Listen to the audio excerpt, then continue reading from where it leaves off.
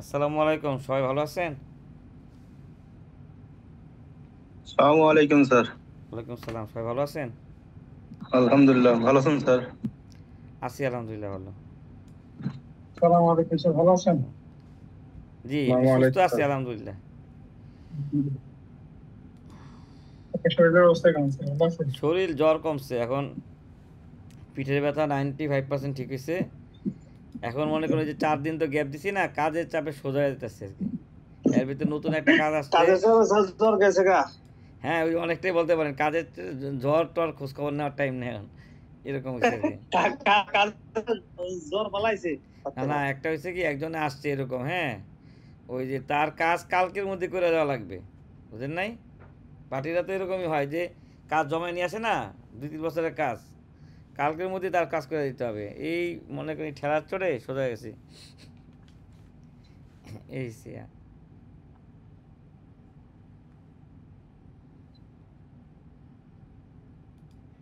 আচ্ছা, বাকিরা আসলে আপনাদের কোশ্চেন থাকলে বলেন। হ্যাঁ, সবাই ঢুকো, তারপর আমরা ক্লাস শুরু করি। 1-2টা কোশ্চেন থাকলে বলেন। আজকে তো দ্বিতীয় উদাহরণ শুরু করবো ইনশাল্লাহ।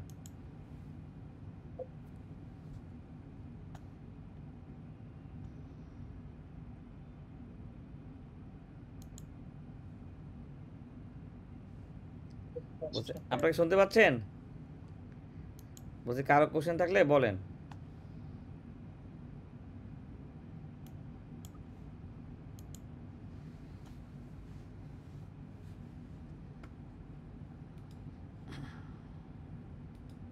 আমি যে গ্রুপে তুমি কি জানো গ্রুপে এটা শেয়ার করতে হয় যে পাসওয়ার্ডটা দেখো গ্রুপে লোকজন হয় না যে অনেকে হয়তো মেসেজ দিতেছে, এই পাসওয়ার্ডটা, এই যে পাসওয়ার্ড দিয়ে সেটা শেয়ার করা দরকার। হ্যাঁ, খেয়াল রাখো আর কি, যে কেউ মেসেজ দেয় কিনা। যদি কোশ্চেন না থাকে তাহলে ক্লাস শুরু করে দিব, বলেন। আপনাদের কোনো কোশ্চেন আছে?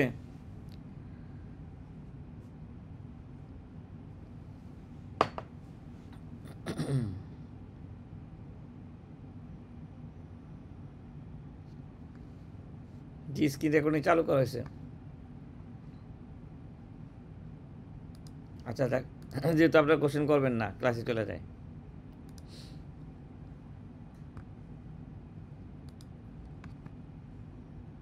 দেখেন, আমরা আজকে দ্বিতীয় উদাহরণ করব আমাদের এই যে আলাল ট্রেডিং, যে 15% হারে বাণিজ্যিক আমদানিকারক, এটা তো শেষ হয়ে গেছে, ঠিক না? আজকে আমাদের দ্বিতীয় উদাহরণ, মনে আছে যে 3 ভাই ছিল, আলাল, দুলাল, জালাল। আজকে আমরা করব দুলালেরটা। দুলালের প্রশ্নটা আমরা ওপেন করি।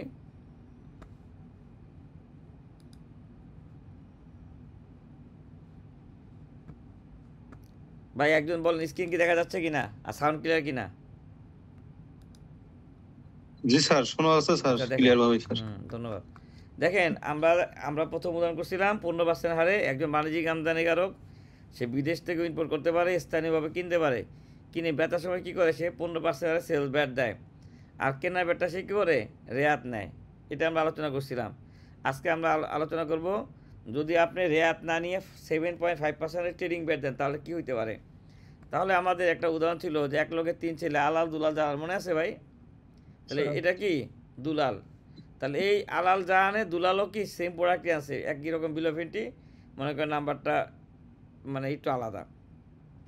তাহলে এই দুলাল কি আছে দেখেন, সেও বিদেশ থেকে ইয়োগার্ট আনছে, চিজ আনছে, তারপর কি আছে, হুইপিং ক্রিম আছে, হ্যাঁ। আচ্ছা, আনার পরে সে এগুলি বিক্রি করছে। তাহলে এখন আমরা যে কোশ্চেন আমরা লিখে দিছি, দেখুন উপরে লেখা আছে, বাণিজ্যিক আমদানিকারক পণ্য বিক্রি করার সময় 7.5% হারে বিক্রয় ব্যাট দিয়ে থাকে। 1 মাসের ক্রয় বিক্রয়ের তথ্য দিয়ে ব্যাট সংক্রান্ত সকল রেজিস্টার 9.1 রিটার্ন পূরণ করার প্র্যাকটিস করবো আমরা, ঠিক আছে? তাহলে এটা তারিয়া এই প্রোডাক্টগুলো সে ইম্পোর্ট করছে। তাহলে দেখেন তো, আপনি যদি সহগ দেন তাহলে এই প্যাক সাইজ অনুযায়ী দিতে পারেন, আবার কেজি অনুযায়ী দিতে পারেন না? মনে করেন দই আপনি কেজিতে বিক্রি করতে পারেন কিনা বলেন? জি স্যার। কেজি তো দিতে পারি, আমরা কি প্যাক সাইজ অনুযায়ী দিতে পারি। চিজ কেজিতে দিতে পারি না, আবার পিসও দিতে পারি না। এটা নির্ভর করো আবার ব্যবসার নেচার। আপনার যদি সবগুলি প্যাক সাইজ সমান থাকে, যদি সবগুলি 250 গ্রাম, তাহলে কি আপনি পিসেও দিতে পারেন, যে 1 পিস সমান সমান 250 গ্রাম, এই নির্দিষ্ট ওয়েট থাকে। তারপরে ক্রিম আছে, ঠিক আছে এইটা। এখন আমরা বলছি দেখেন উক্ত প্রতিষ্ঠান 7.5% আর 6.3 দ্বারা পণ্য বিক্রি করে, তাহলে বিক্রির সময় ব্যাট দেবে কত পার্সেন্ট বলেন? 7.5। মানে আগেটা দেখেছিলাম 15% প্র্যাকটিস করে, আর এখন সেম বিল অফ এন্ট্রি দিয়ে আমরা 7.5% প্র্যাকটিস করব। তারপর আরেকটা করব 10%। তা 3টা করলে আপনারা তুলনা করতে পারবেন না যে আমার জন্য কি স্ট্যান্ডার্ড ভালো না 7.5 ভালো, কি বলেন ভাই? জি স্যার। জি স্যার। আবার এই 3টা উদাহরণ পাইলে আপনি এই 3টা যেহেতু একই সাবজেক্ট নিয়ে, হ্যাঁ ভিডিওগুলো বন্ধ করে দেন ভাই, তাহলে 3টা শখ নিয়ে তুলনা করতে পারবেন না যে স্ট্যান্ডার্ডের শখ এইরকম, ট্রেডিংয়ের শখ এইরকম, সার্ভিসের শখ একরকম, কি বলেন? তাহলে এইভাবে চিন্তা করেন। বসে 6.3 দ্বারা পণ্য বিক্রি করে এবং যথা নিয়মে উৎপাদক 4.3 জমা দেয়, তাহলে আমরা কি জানি রপ্তানিকারক হইলেও শখ দিতে হবে না? বসে রপ্তানিকারক বলে ট্রেডিং ব্যাট প্র্যাকটিস করলে কি করতে হবে? শখ দিতে হবে। তাহলে কোনো ট্রেডিং ব্যাট প্র্যাকটিসকারী যদি শখ না দেয়, সে যদি বলে যে আমি তো শখ দেওয়া লাগবে না, আমি তো স্ট্যান্ডার্ড প্র্যাকটিস করি না, তাহলে আপনি বলবেন না ধারা 85 অনুযায়ী শখ না দিলে 10,000 টাকা ফাইন না, কি বলেন? জি স্যার। এখন এই ফাইনটা প্রত্যেক মাসে না প্রত্যেক বিল অফ এন্ট্রিতে প্রত্যেক আইটেমে কিছুই বলা নাই। তাহলে কর্মকর্তা চাইলে সে প্রত্যেক মাসের জন্য যেমন ফাইন করতে পারে, প্রত্যেক অর্থ বছরের জন্য যেমন করতে পারে, সে যদি চায় যে প্রত্যেক বিল অফ এন্ট্রির জন্য করতে পারে না? জি স্যার। কারণ এটা আইনে কি বলা নাই, স্পষ্ট করে বলা নাই। সে যদি বলে যে ঠিক আছে যেটা কটা বিল অফ এন্ট্রি আসছে ওই কটার জন্য আমি 10,000 টাকা ফাইন করতে, এটা কি সে একটা কিছু জায়গা আছে কি অস্পষ্ট, ঠিক আছে, এটা মাথায় রাখবেন। তাহলে 31শে জুন 2025-এ 9.1-এর মানে আগের মাসের রিটার্নের সমাপনী যেটা হচ্ছে 25,000 টাকা, এটা আমাদের কি লাস্ট মাসের রিটার্নে ছিল। আর এই কোম্পানির ক্রয় বিক্রয় হিসাবের ইয়োগার্টের ওপেনিং স্টক নীল, কোনো স্টক নাই, চিজেরও স্টক নীল, আর ক্রিমেরও স্টক নীল। তাহলে এই কোম্পানির কি আমাদের খাতাপত্র রাখতে হবে। আর এগুলো হচ্ছে কি বিভিন্ন রকম ক্রয় বিক্রয় তথ্য, ঠিক আছে। এখন আপনি বলেন যে এই কোম্পানি কি কি রেজিস্টার রাখবে? বলছি যাহা কিনে তাহাই বেচে, এই আমরা তো এরকম অনেকগুলো উদাহরণ নিয়ে আলোচনা করবো, এক একটা উদাহরণে ডিসকাস করলে কি হবে আমাদের এটা ক্লিয়ার হয়ে যাবে।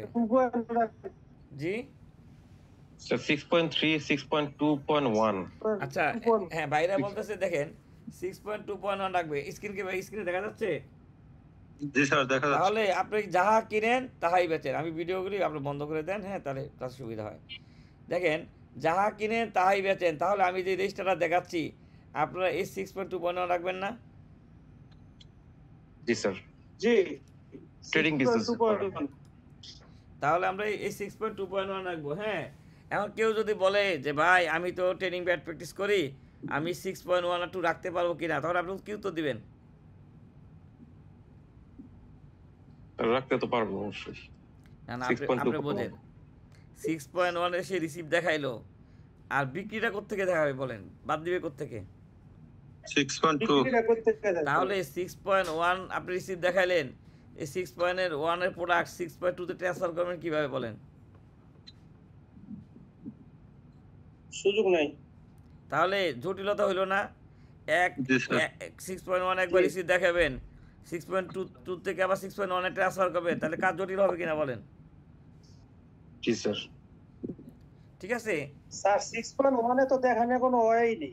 তাহলে কি আপনি কি বলবেন যে ভাই আপনি এই হয়তো একটু বুঝতে পারেন না, 6.2.1 রাখাই কি ভালো, কি বলেন? ভালো কি না? জি স্যার। মাঝে মাঝে কি সবার সাথে তর্ক করতে হয় না, মাঝে মাঝে কি থাকতে হয়, চুপ থাকতে হয়, বুঝছেন? যে যারা বোঝে না তাদের সাথে কি করতে হয় না, তর্ক করতে হয় না, ঠিক আছে। তর্ক করতে হয় না। এখন ওই যে আমি ফেসবুকে লিখছিলাম কালকে যে ব্যাট আর ট্যাক্সের যে কোনো ইয়ার জন্য কি সহযোগিতার জন্য ইয়া করেন, এটা 98% লোক ভালোভাবে নিছে, 2% লোক কিন্তু ভালোভাবে নেয় নাই, বুঝছেন। 2%-এর মধ্যে 1% লোক কি ওই ফোন দিয়ে বলতেছে আপনি ব্যাটের কি পারেন, ট্যাক্সের কি পারেন, যে আপনি সকল সমস্যার সমাধান করে দিবেন, হ্যাঁ এগুলি বাদ দেন, কি বুঝছেন, বুঝেন নাই। আবার একজন বলছে নিজাম ভাই আমার তো একটা প্রবলেম ছিল, এটা কিভাবে বলেন, বলে বলছে না ভাই থ্যাংক ইউ, যে বুঝছি তাহলে নাম্বার সেভ করে রাখলাম। তাহলে দুই রকম লোক আছে কিনা বলেন, জগতে ভালো লোক খারাপ লোক থাকে কিনা বলেন? অবশ্যই নেগেটিভ পজিটিভ আবার মাইন্ডে এই পোস্ট থাকবে। দেওয়ার পর আমি 3টা ট্যাক্সের ফাইল পাইছি, এটা বিশ্বাস হয়? তাহলে এটাই তো আমার ইনকাম। একটা পোস্ট দিলাম, দেওয়ার পর আমি 3টা ট্যাক্স ফাইল পেয়ে গেলাম, কি বলেন? তাহলে আমার ইনকাম কিন্তু আমি করে ফেলাইছি, সে যা মন চায় করুক, ওটা নিয়ে না যে ওর সংসারে এগুলি থাকবে। কারো হয়তো হিংসায় জ্বলে, বুঝছেন, কেউ হয়তো না বুঝা বলে, ঠিক আছে, এটা হচ্ছে ইয়া। তাহলে এখন এই লোক কী করলো, 6.2.1 রাখলো, এটা আমি ব্যাচলার বুঝেছে নাকি দিকে। তারপরে সে যদি পণ্য বিক্রি করে তাহলে ব্যাট চালান ইস্যু করবে না ভাই? জি স্যার। তাহলে এইরকম একটা বই নিয়ে আসবেন না, যেটাকে আমরা বলি 6.3। জি স্যার। তাহলে দেখেন এরকম একটা বই কিনতে হবে যেটাকে আমরা 6.3 বলি, আর একটা হলো কি 6.2.1 রেজিস্টার রাখবে। ঠিক অনুরূপভাবে সে মাস শেষে 9.1 জমা দিবে না অনলাইনে। জি স্যার। তারপরে মূল্য ঘোষণা বা উপকূল উৎপাদক জমা দিবে না। জি স্যার। তাহলে ধরতে পারছেন সবাই? তাহলে এই কোম্পানি প্রতি মাসে রিটার্ন জমা দিবে, একটা ক্রয় বিক্রয় রেজিস্টার বা 6.2.1 রাখবে, পণ্য বেচার সময় 6.3 ইস্যু করবে, আর সহগ রাখবে। এটাই তো ভাই, কি বলেন? তারপরে দেখেন আরেকটা কি জানি আমরা, যে 2 লাখ টাকার বেশি ক্রয় বিক্রয় হলে 6.10 পূরণ করতে হবে, এটাও কি অনলাইনে দেওয়া যায়? তাহলে মোটামুটি সবার কনসেপ্ট ক্লিয়ার কিনা, কি কি রেজিস্টার রাখতে হবে বলেন? জি স্যার। আচ্ছা, তাহলে আমরা এগুলি কিনলাম। তাহলে এই কোম্পানির তো কোশ্চেন, হ্যাঁ এখানে কিছু তথ্য দেওয়া আছে, বিদেশ থেকে একটা বিল অফ এন্ট্রির মাধ্যমে পণ্যগুলি আনছে।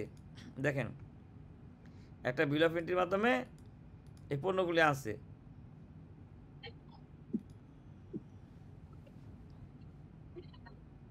মনে করেন আগের বিল অফ এন্ট্রি একই রকম, কিন্তু জাস্ট ওই নাম আলাদা।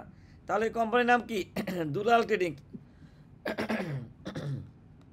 দেখেন এই পেজে যা এই কোম্পানি যে ইয়োগাট আনছে, দেখেন তো সে 15% ব্যাট দিছে না? স্যার। আনার সময় কী করছে? 15% ব্যাট দিছে।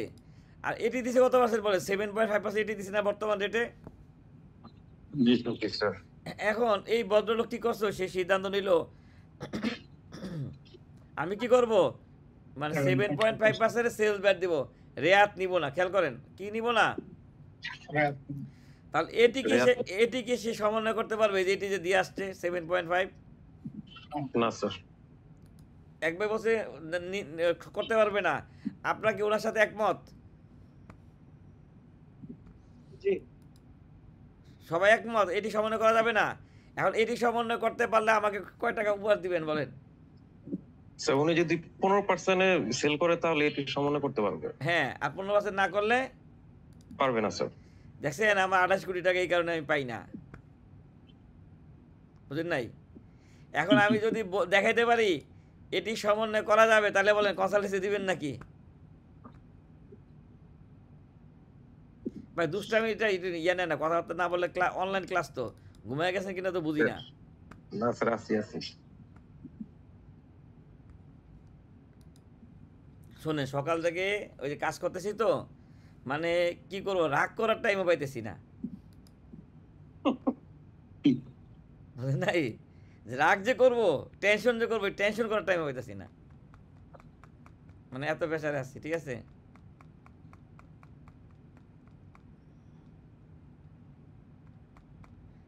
আবার আমার উপরে যে মানুষ রাগ করবে এই সময় পাইতেছে না। আচ্ছা যাক, দেখেন খেয়াল রাখবেন, এটি সংক্রান্ত ধারা হচ্ছে ধারা 31 বিধি 19। ভাই মনে রাখেন ধারা কত লিখে রাখেন। এটি সংক্রান্ত ধারা হচ্ছে সমন্বয় সংক্রান্ত ধারা 31 বিধি 19। আর এটি ফেরত নেবেন এই সংক্রান্ত ধারা বিধি হচ্ছে স্বাধীনতার আগের বছর কি 70 সাল আর 52 ভাষা আন্দোলন, ঠিক আছে? এই দুইটা মনে রাখবেন, তাহলে কি রেফারেন্সগুলো মনে থাকবে। স্যার এটির ফেরতের ধারাটা একটু আর বিধিটা একটু বলা আমি যাবে? বলি, হ্যাঁ, এটি সমন্বয়ের দ্বারা হচ্ছে ধারা 31 বিধি 19, ধারা বড় বিধি ছোট, ধারা 31 বিধি 19, এই যে ঠিক আছে? এই যে করযোগ্য মূল্য নির্ধারণ, একটু আগে বলবেন না যে আমার সংযোজন কত হবে, মূল্য কীভাবে নির্ধারণ হবে, এই যে দেখেন ধারা 32-এ বলা আছে মূল্য কীভাবে নির্ধারণ করবেন। আচ্ছা দেখেন, এই যে আমদানিকালে আগাম কর পরিশোধের সমন্বয়, এটা ধারা কত বলেন? 31 না? তাহলে এটি সংক্রান্ত ধারা হচ্ছে ধারা 31 বিধি 19। আর এটি সমন্বয় বা ফেরত সংক্রান্ত ধারা হচ্ছে ধারা 70 বিধি 52। দেখেন মনে থাকবে না? ধারা 70 বিধি 52।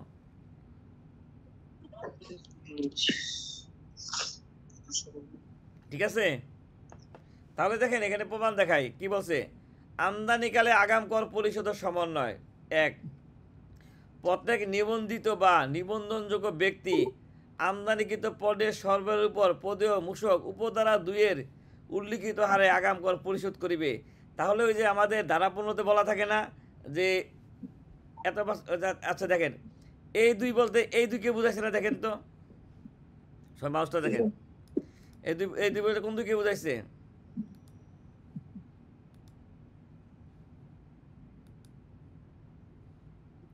এই 2 বলতে এই নিচের এই দেখছেন এই 2 কে বুঝাইছে, সরি এই যে এই 2টাকে বুঝাইছে। আচ্ছা বলছে কি করযোগ্য আমদানির উপর মূসক যে সময় ও পদ্ধতিতে আদায় করা হয় সেই একই সময় ও পদ্ধতিতে করযোগ্য আমদানি মূসক আরোপযোগ্য ব্যক্তিমূল্য না ভাই, বোঝেন মূসক আরোপযোগ্য ব্যক্তিমূল্য কি? এই দেখেন মূসক আরোপযোগ্য ব্যক্তিমূল্যের উপর বোর্ড কর্তৃক নির্ধারিত শর্ত পদ্ধতিতে পণ্য উৎপাদনের লক্ষ্যে আমদানিকৃত উপকরণের ক্ষেত্রে 2%, যদি কোনো ম্যানুফ্যাকচারার আনে তাহলে এটি কত পার্সেন্ট ভাই? 2%। আর অন্যান্য ক্ষেত্রে কত শতাংশ বলেন? 7.5। এইটা দেখেন এই উপরে 5 দেওয়া, এই যেখানে 5 দেওয়া আছে, তার মানে এটা কি করছে অর্থ আইন 2025 দ্বারা কি পরিবর্তন। আগে ছিল 5%, এখন করে দিয়েছে কত 7.5। আগে ছিল 3%, এখন এটা করে দিয়েছে কত 2%। তাহলে এটি এই দেখেন আমরা যে বিল অফ এন্ট্রি নিয়ে কাজ করব, এই যে বিল অফ এন্ট্রি দেখেন তো যেই টাকার উপরে ভ্যাট দিচ্ছে, মাউসটা দেখেন যেই টাকার উপরে ভ্যাট দিচ্ছেন ওই একই টাকার উপরে এটি দেন না ভাই, দেখেন তো 2 লক্ষ টাকার উপরে কি ভ্যাট দিচ্ছেন, দেখেন দেখেন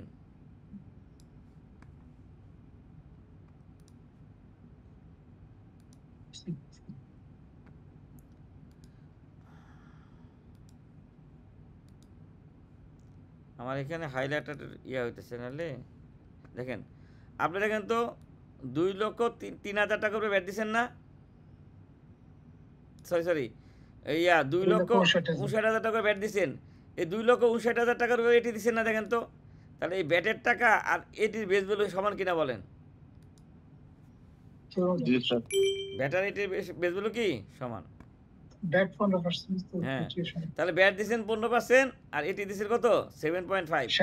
যেই টাকার উপরে ব্যাট দেন এই টাকার উপরে এটি দেন, এটাই বলছে। দেখেন তারপর কি বলছে দেখেন উপধারা 3, দেখেন উপধারা 3-এর ক এর ক্ষেত্র ব্যতীত প্রত্যেক নিবন্ধিত আমদানিকারক যিনি আগাম কর পরিশোধ করিয়াছেন তিনি নির্ধারিত পদ্ধতিতে সংশ্লিষ্ট করমেয়াদ বা তৎপরবর্তী 6 করমেয়াদ, তাহলে ধারা 46-এর মতো না? আমরা রেয়াত নিয়ে কতদিনের মধ্যে বলেন? 6 মাসের মধ্যে। ঠিক এটিটাও কি 6 মাসের মধ্যে সমন্বয় করতে হবে না? মধ্যে মূসক দাখিলপত্রে পরিশোধিত আগাম করে সমপরিমাণ হ্রাসকারী সমন্বয় গ্রহণ করিতে পারিবে। তাহলে এখন বলেন এই যে বিল অফ এন্ট্রিটা আসলো এটার ডেট হইলো ধরেন 2/7/2025, তাহলে আপনি কোন মাসের রিটার্ন পর্যন্ত আপনি এটি সমন্বয় করতে পারবেন বলেন?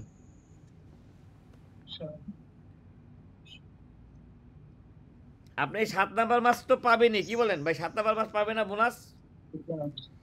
7 নাম্বার মাসের পরের 6 মাস পাবেন কিনা বলেন? জানুয়ারি। না সেটাই তো পরবর্তী কর 6 কর্মে, ঠিক না ভাই? তাহলে দেখেন জুলাই তো পাইলেনি, আগস্ট পাবেন কিনা বলেন? জি স্যার।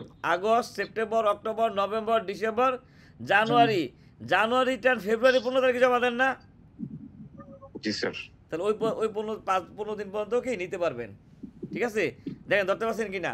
তাহলে এখন এখানে কি বলা আছে আপনি 15% সেল করতে হবে, বলা আছে? বলেন। বলা নাই।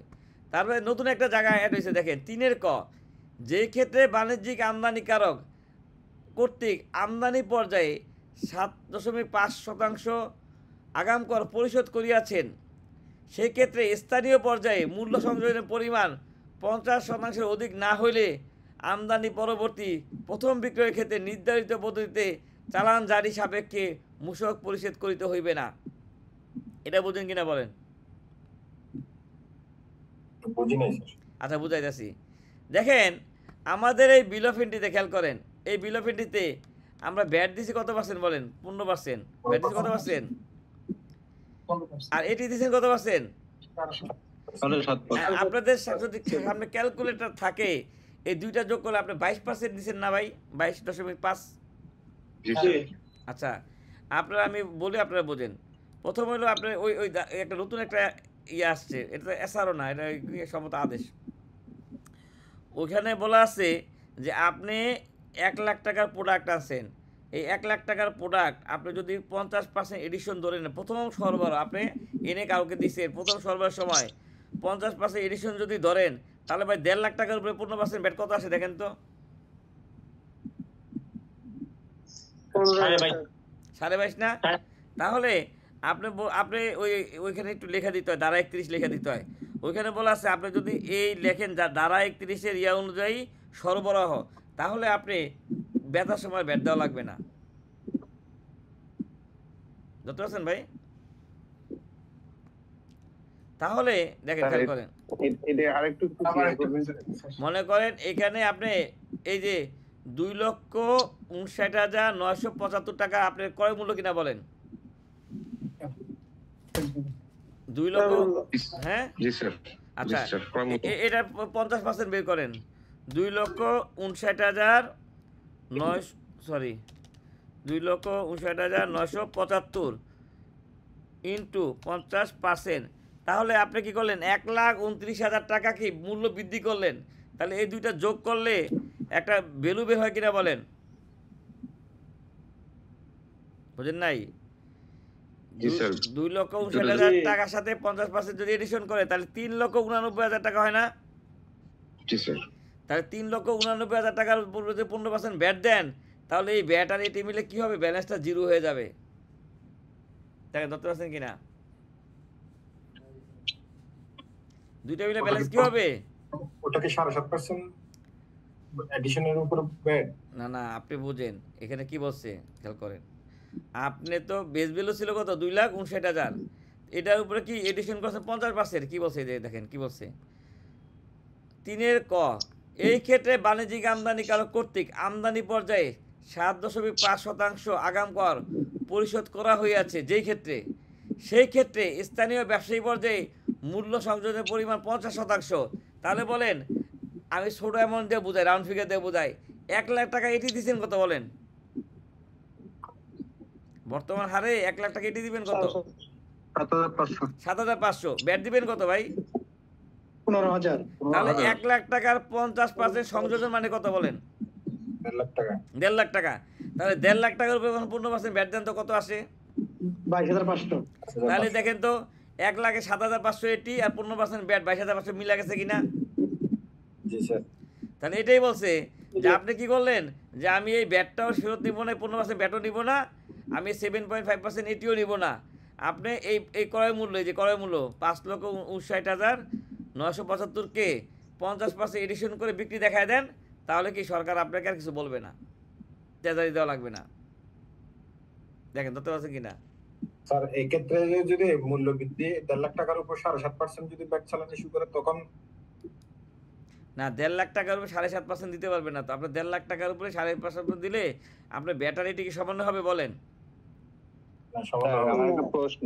জি বলেন। স্যার এখানে তো স্যার আমাদের ব্যাটটাও সমন্বয় হয়ে যাচ্ছে, তাহলে আমাদের ট্রেডিং ব্যাটে স্যার তাহলে যে 7.5% চালানে আমি আমদানি পর্যায়ে ব্যাট পরিশোধিত। না না না, আমদানি পর্যায়ে ব্যাটটা আপনি যে চালান পেয়েছেন না, চালান দেখেন এখানে জি। এটা না বলে এখানে বলা আছে, এখানে বলবেন যে এই যে আমরা আগে লিখতাম না, এখন দিবেন যে ধারা 31-এর 3 ক অনুযায়ী হ্যাঁ। সরবরাহ।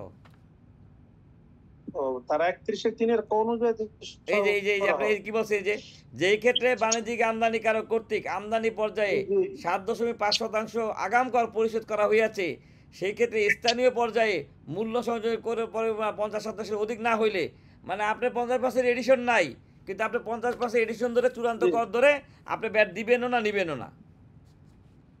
নিব না, বুঝছি। বুঝছেন? আমি এডিশন 50% করলেই হবে। আপনাকে যদি ব্যাট অফিস থেকে বলে 60% এডিশন, তাও মানবেন না।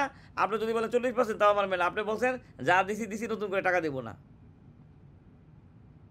যা দিয়ে মানে পোর্টে যা দিয়ে আসছি, শুনেন, পোর্টে যা দিয়ে আসছি আমি ফেরতও নিব না, নতুন করে দিব না, নতুন করে দিব না, দিব না। আপনি 100 টাকার প্রোডাক্ট, শুনেন, 100 টাকার প্রোডাক্ট 150 টাকা আপনি কি বিক্রি করলে দেখাবেন, 150 টাকার উপর 15% ব্যাট দিয়ে দিবেন, দিলে ওই ব্যাটেরটা আর এটিটা অ্যাডজাস্টে জিরো হয়ে যাবে, নতুন করে ট্যাক্স দেওয়া লাগবে না।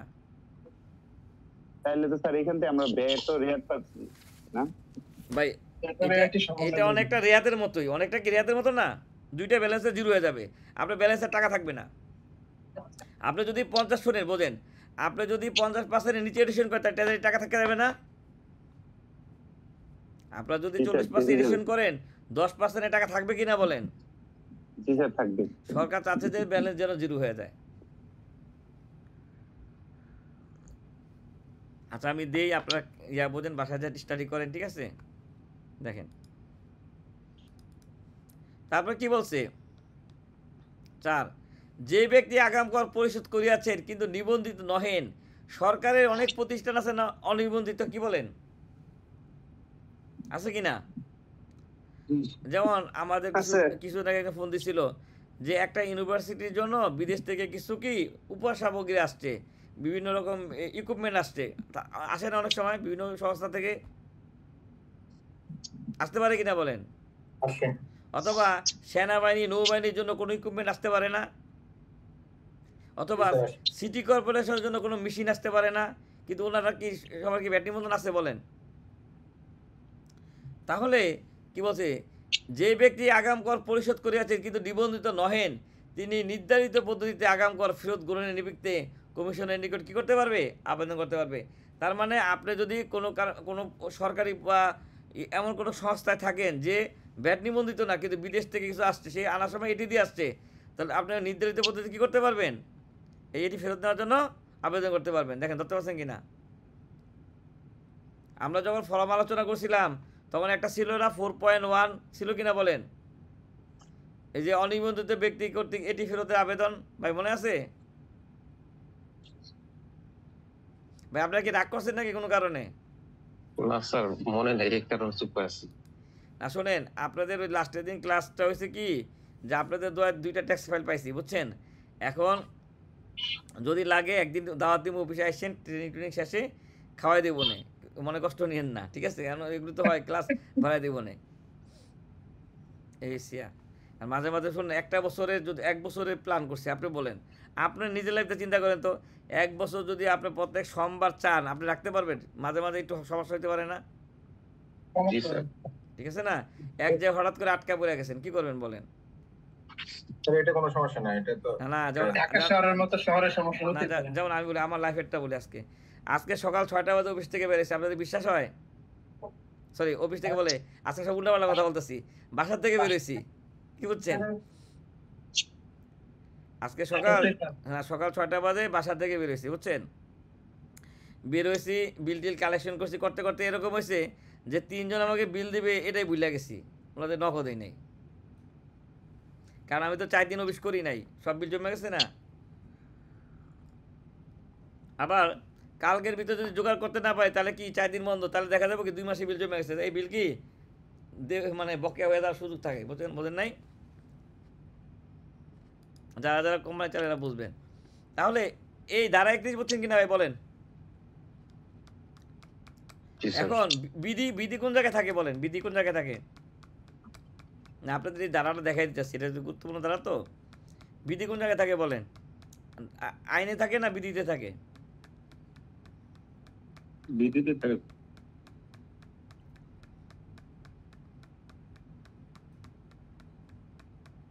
এখানে নতুন ভর্তি হয়েছে এমন কেউ আসছেন ক্লাসে, লাস্ট ইদানিং ভর্তি হয়েছেন? এই আপনাদের মনে এক কাজ করি, যারা যারা ক্লাসে আসেন এখন রেকর্ডিং দেওয়া বন্ধ করে দিই, এটা কেমন হয়? হ্যাঁ নাকি প্রবলেম হয়ে যায়? না প্রবলেম হইলো তো সবাই তো রেকর্ডিং পাই, একটা আলসামি এসে বসে। দাঁড়ান পরীক্ষা নেওয়ার ব্যবস্থা করবো, ঠিক আছে না ভাই, কি বলেন? পরীক্ষা নেওয়ার ব্যবস্থা করবো, তাহলে ধরা খাইব। হ্যাঁ পরীক্ষা নেওয়ার ব্যবস্থা করতে পারেন, ওটা ভালো হবে। পরীক্ষা নেওয়ার ব্যবস্থা করবো, নেক্সট ক্লাসে নোটিশ দিয়ে দেবো যে ক্লাসে উপস্থিতি না থাকলে কি ওই যে ইয়ার মতো অনার্সের মতো এই কোর্স নাম্বার কম। হ্যাঁ টিউটোরিয়াল পরীক্ষা নিতে হবে। সম্পর্ক বিষয় জানা ছিল, এটার সাথে রিলেটেড না, বলবো? তাহলে পরে বলেন সিকুয়েন্স থাক, ঠিক আছে? আচ্ছা ঠিক আছে। আচ্ছা দেখেন দেখেন ধারা 31 বলছিলাম, বিধি কি বলছিলাম 19। দেখেন বিধি 19 কি বলছে, এই যে আমদানি পর্যায়ে পরিশোধিত আগাম কর ফেরত ও সমন্বয় কি বলা আছে?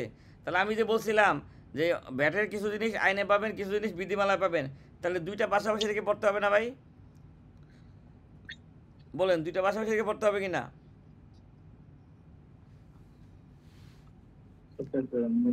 বলছি ব্যাটের কিছু জিনিস আপনি কি কোথায় পাবেন, আইনে পাবেন, আর কিছু জিনিস কোথায় পাবেন? বিধিমালা। তাহলে আইন বিধি যদি পাশাপাশি না রাখেন অনেক সময় গ্যাপ, ওই ইয়াটা জানাটা গ্যাপ থাকতে পারে না, মিসিং হয়ে যেতে পারে। হ্যাঁ মিসিং হয়ে যেতে পারে, এই জন্য দুইটা একসাথে বলবেন। দেখেন কি বলছে, আমদানি পর্যায়ে আগাম কর পরিশোধকারী নিবন্ধিত ব্যক্তি ধারা 31, একটু আগে ধারা 31 ছিলাম না আমরা? জি স্যার। ধারা 31 উপধারা 3 বর্ণিত কর মেয়াদে, ওইখানে কতদিন ছিল কর মেয়াদ বলেন? 6 কর মেয়াদ। বর্ণিত কর মেয়াদে দাখিলপত্রে পরিশুদ্ধ মূসক সমুদয় আগাম কর হ্রাসকারী সমন্বয় করিতে পারিবে। তাহলে পুরা টাকাটা সমন্বয় করতে পারবে কিনা বলেন? সম্পূর্ণ টাকাটা সমন্বয় করতে পারবেন না?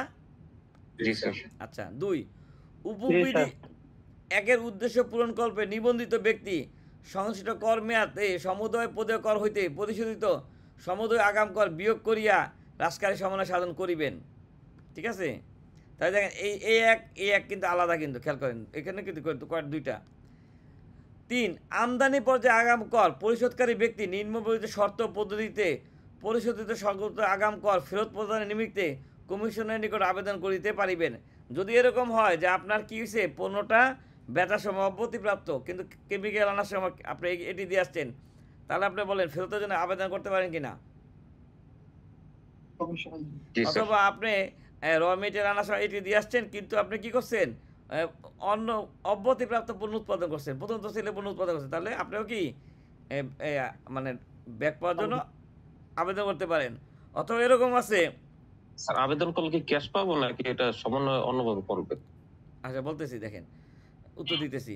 প্রথম হলো দেখেন যে এরকম হইতে পারে না, আপনি আনার সময় 15% ব্যাট দিচ্ছেন, ওনারা আপনার থেকে 7.5% এটি রাখছে, কিন্তু আপনার সংযোজনের পরিমাণ কম, আপনি কাগজ দিয়ে প্রমাণ দিতে পারবেন আপনার সংযোজন হয়তো কম, এটি পুরোটা অ্যাডজাস্ট হয় না, তাহলে কিছু ব্যালেন্স জমতে পারে না? তাহলে এটা কি, তাহলে বলছে কি দেখেন তাহাকে আমদানিকৃত পণ্যের সর্বশেষ ভোক্তা হইতে হবে। তাহলে আপনি এমনভাবে এটি দিচ্ছেন, অথবা ক্যাপিটাল মেশিনারি আনার সময় এটি দিতে পারেন না? জি স্যার। আচ্ছা তাহলে দেখেন তাকে সর্বশেষ ভোক্তা হইতে হবে এবং তিনি বর্ণিত পণ্য অন্য কারোর নিকট হস্তান্তর করতে পারবেন না। এখন বলেন আপনি যদি একটা জেনারেটর আনেন, একটা মেশিন আনেন, ভোক্তাকে আপনি কিনা বলেন? বলছি সর্বশেষ ভোক্তাকে বলেন আপনি না? ঠিক অনুরূপভাবে আপনি যদি কোনো র মেটেরিয়াল এনে মানে উৎপাদনে ব্যবহার করেন তাহলেও ভোক্তা আপনি না, কারণ আপনি তো ওই র মেটেরিয়ালটা কনজিউম করে অন্য একটা প্রোডাক্ট তৈরি করছেন। কি বলেন? বুঝেন নাই? মনে করেন আপনি দানার উপরে এটি দিয়ে আসছেন, দানা দিয়ে কি বানাইছেন, পলিথিন বানাইছেন, ঠিক আছে না? এও চিন্তা করেন। তারপর বলছে কি দেখেন, যেই তারিখে আগাম কর পরিশোধ করা হইবে সেই তারিখ হইতে 120 দিনের মধ্যে তাকে ওই যেটাকে বলছিলাম না ফর্ম 4.1 নিকটবর্তী কোনো কমিশনারে বরাবর অনলাইনে বা কাগজ আবেদন করিতে হইবে। কি বুঝছেন? আপনি কি করতে হবে, অনলাইনে বা 4.1 মাত্র কি মানে ম্যানুয়ালও আবেদন করতে পারবেন। কমিশনার প্রাপ্ত আবেদন যাচাই বাছাই অন্তে যথাযথ প্রাপ্তি সাপেক্ষে আবেদনকারী 15 দিনের মধ্যে আবেদনকারী অনুকে ফেরত প্রদানের বিষয়টি মঞ্জুরপূর্বক একটি ক্রস চেক ইস্যু করিবেন এবং আবেদনকারী ব্যাংক হিসাবে অর্থ হস্তান্তর করিবেন। আমি বাকি উত্তর দিতেছি। এইটা হলো এটি যে আপনি সমন্বয় করতে পারবেন তার প্রমাণ দিলাম কিনা বলেন? এটি যে আপনি সমন্বয় করতে পারবেন তার প্রমাণ দিলাম কিনা বলেন? জি স্যার। তাহলে আপনি 15% প্র্যাকটিস করলেও এটি সমন্বয় করতে পারবেন, আপনি অব্যতি পণ্যের ব্যবসা করলেও এটি সমন্বয় করতে পারবেন, আপনি 7.5% হারে বিক্রি করলে কি করতে পারবেন? সমন্বয় করতে পারবেন। কোথাও কি বলা আছে এটি সমন্বয় করার জন্য 15% ব্যাট দিতে হবে? বলেন। না স্যার। হ্যাঁ, তাহলে সবাই ক্লিয়ার যে আমি এটি সমন্বয় করার জন্য আমাকে কত পার্সেন্ট হারে সেলস করতে হবে, এটার কোনো ইয়া নাই, কি নাই, বাধ্যবাধকতা নাই। আচ্ছা, আরেক ভাই বলছেন, আমি এখানে ইয়ে করবো তাহলে ক্লাসটা বড় হয়ে যাবে। আরেক ভাই বলছে যে এটি কত দিনের মধ্যে নেওয়া যায়। দেখেন, আমি আরেকটা দুইটা ধারা বলছি, ধারা 70 বিধি 52। ধারা 70-তে বলা আছে যে এটি আপনি 6 মাস, মনে করেন আপনি জানুয়ারি মাসে একটা বিল অফ এন্ট্রি আসছে, তাহলে আপনি কি করবেন? পরবর্তী 6 কর মেয়াদের মধ্যে এটা রিটার্নে নেবেন, ঠিক না ভাই? বুঝেন নাই? পরবর্তী কত দিনের মধ্যে রিটার্নে নেবেন বলেন। 6 কর মেয়াদ। এখন এক ভাই মনে করেন যে মার্চ মাসে এন্ট্রি দিলেন, তাহলে ওই মাস থেকে ওনার এই রিটার্ন এটা ঢুকছে না ভাই? বলছি যেই মাসে আপনি 9.1-এ দেখাইলেন, রাজকারী সমন্বয় করলেন টাকাটা, আমরা তো রাজকারী সমন্বয়তে নেই, তাহলে ওই মাসে রিটার্নে ঢুকছে কিনা এটা বলেন। জি স্যার। তাহলে ধারা 70 বিধি 52-তে বলা আছে আপনি এই 9.1-এ রাজকারী সমন্বয় করার পরে 6 মাস এটা কি করবেন? সমন্বয় করার চেষ্টা করবেন। খেয়াল করেন, কি করার চেষ্টা করবেন? সমন্বয়। এখন যদি এরকম হয় আপনি পণ্য বিক্রি করলেন না, সমন্বয় করতে পারবেন? মনে করেন আপনি একটা কেমিক্যাল এটি দিয়ে আসছেন, এখন আপনি 9.1-এ ফেব্রুয়ারি মাসে নিচ্ছেন, 6 মাসের মধ্যে পণ্য বেচতে পারেন না, তারিখে ড্রব্যাক দিবে ভাই? বলবেন আগে বেচতে আসেন, কি বলেন? জি স্যার। তাহলে মাথায় রাখবেন যে 6 মাস পার হইতে হবে, সাথে সাথে কি করতে হবে? পণ্যটাও বেচতে হবে। আচ্ছা, আপনি কি করলেন? পণ্যটা বেচে স্টকটা শেষ করলেন, তারপরে আপনার যদি এরকম হয় যে উৎসে কতনে টাকা থাকে বা লোকাল সেলসের ব্যাট থাকে, থাকতে পারে না, তাহলে এইটির টাকা দিয়ে ওইটা অ্যাডজাস্ট করতে পারেন কিনা বলেন। আপনার 80 টাকা মানে কি অ্যাডভান্স ট্যাক্স না? এটি মানে কি বলেন? Advance tax. তাহলে আপনার যদি স্থানীয় ক্রয় থাকে, এটা যদি বিক্রি করেন বা অন্য কোনো সাপ্লাই টাপ্লাই থাকে বা বিডিএস এর টাকা থাকে, তাহলে এটি দিয়ে অ্যাডজাস্ট করা যাবে না? এখন 6 মাস আপনি মনে সমন্বয় করার মানে 89.1-এ নেওয়ার পরে 6 মাস পার হইলো, পণ্য বেচা হইলো, আপনার এটি অ্যাডজাস্ট করার কোনো সুযোগ নাই। তাহলে কি করতে পারবেন? আপনি নির্ধারিত পদ্ধতিতে কমিশনারের নিকট টাকা ফেরতের জন্য আবেদন করবেন। দেখেন বুঝছেন কিনা? 6 মাস পার হয়ে গেলে আর কি। 6 মাস পার হইতে হবে, এটা হলো আইনে বসে, কিন্তু আপনার লজিক কি বলে? পণ্যটা ব্যস্ত হবে না ভাই? জি স্যার। এখন আপনার যদি পণ্য থেকে যায় আর আপনি যদি এটি ব্যাগ নিতে চান, তাহলে কমিশনার মহোদয় বলবে না ভাই আগে তো পণ্য বেচেন, ব্যাটটা অ্যাডজাস্ট করেন, কি বলেন? বলবে না? আচ্ছা, জি স্যার। এটা হলো আইন। বাস্তবতা কী হবে দেখেন, আপনি যা ডিভিশনে যোগাযোগ করবেন, স্যার আমি এটি সমন্বয় করব, উনি কি বলবে যে আপনি হচ্ছে এক কাজ করেন, এই যে 12 মাসের বা ওই অর্থ বছরে আর কি 12 মাসের বা 2 বছরের, মানে ওনার ডিমান্ড অনুযায়ী যে 12 মাসের 12টা রিটার্ন নিয়ে আসেন, কি বলবে? 12 মাসে 12টা রিটার্ন নিয়ে আসেন আর লাস্ট অর্থ বছরের সি রিপোর্টটা নিয়ে আসেন। এটা দেখে উনি দেখবে সরকারের কোনো পাওনা আছে কিনা, দেখেন বুঝছেন কিনা? উনি কি চেক করবে যে সরকারের কোনো পাওনা আছে কিনা? প্রযোজ্য ক্ষেত্রে 4.3ও চাইতে পারে, 4.3টাও নিয়ে আসেন। এখন উনি দেখবে যে আপনার এডিশন ঠিক আছে কিনা, আপনার স্টক থেকে পণ্য সেলস হয়েছে কিনা, করার পরে উনি ওই সব কিছু ঠিক থাকলে ওই ধারা 72 বিধি 52-তে বলা আছে 50,000 টাকার নিচে যদি হয় তাহলে আর আপনি ফেরত দিবে না। দেখেন ধরতে পারছেন কিনা? কি করবে না? এটির অ্যামাউন্ট, ভাই যে কথা বলে একটু ইয়া করেন না, এটির অ্যামাউন্ট যদি 50,000 টাকার নিচে হয় তাহলে আপনি কি করবে না? ফেরত দিবে না। উনি অন্য নির্দেশ দিতে পারে যে আপনি এটা অন্য ইয়ার সাথে অ্যাডজাস্ট করেন। যদি 50,000 টাকার উপরে হয় তাহলে উনি কি করবে? দেখবে সরকারের কোনো পাওনা আপনার কাছে বকে আছে কিনা, আপনার নামে কোনো মামলা আছে কিনা, সব ক্লিয়ার হওয়ার পরে ওগুলি অ্যাডজাস্ট করার পরে টাকাটা আপনাকে ক্রস চেকের মাধ্যমে জমা আপনার অ্যাকাউন্টে দিয়ে দিবে। দেখেন বুঝছেন কিনা?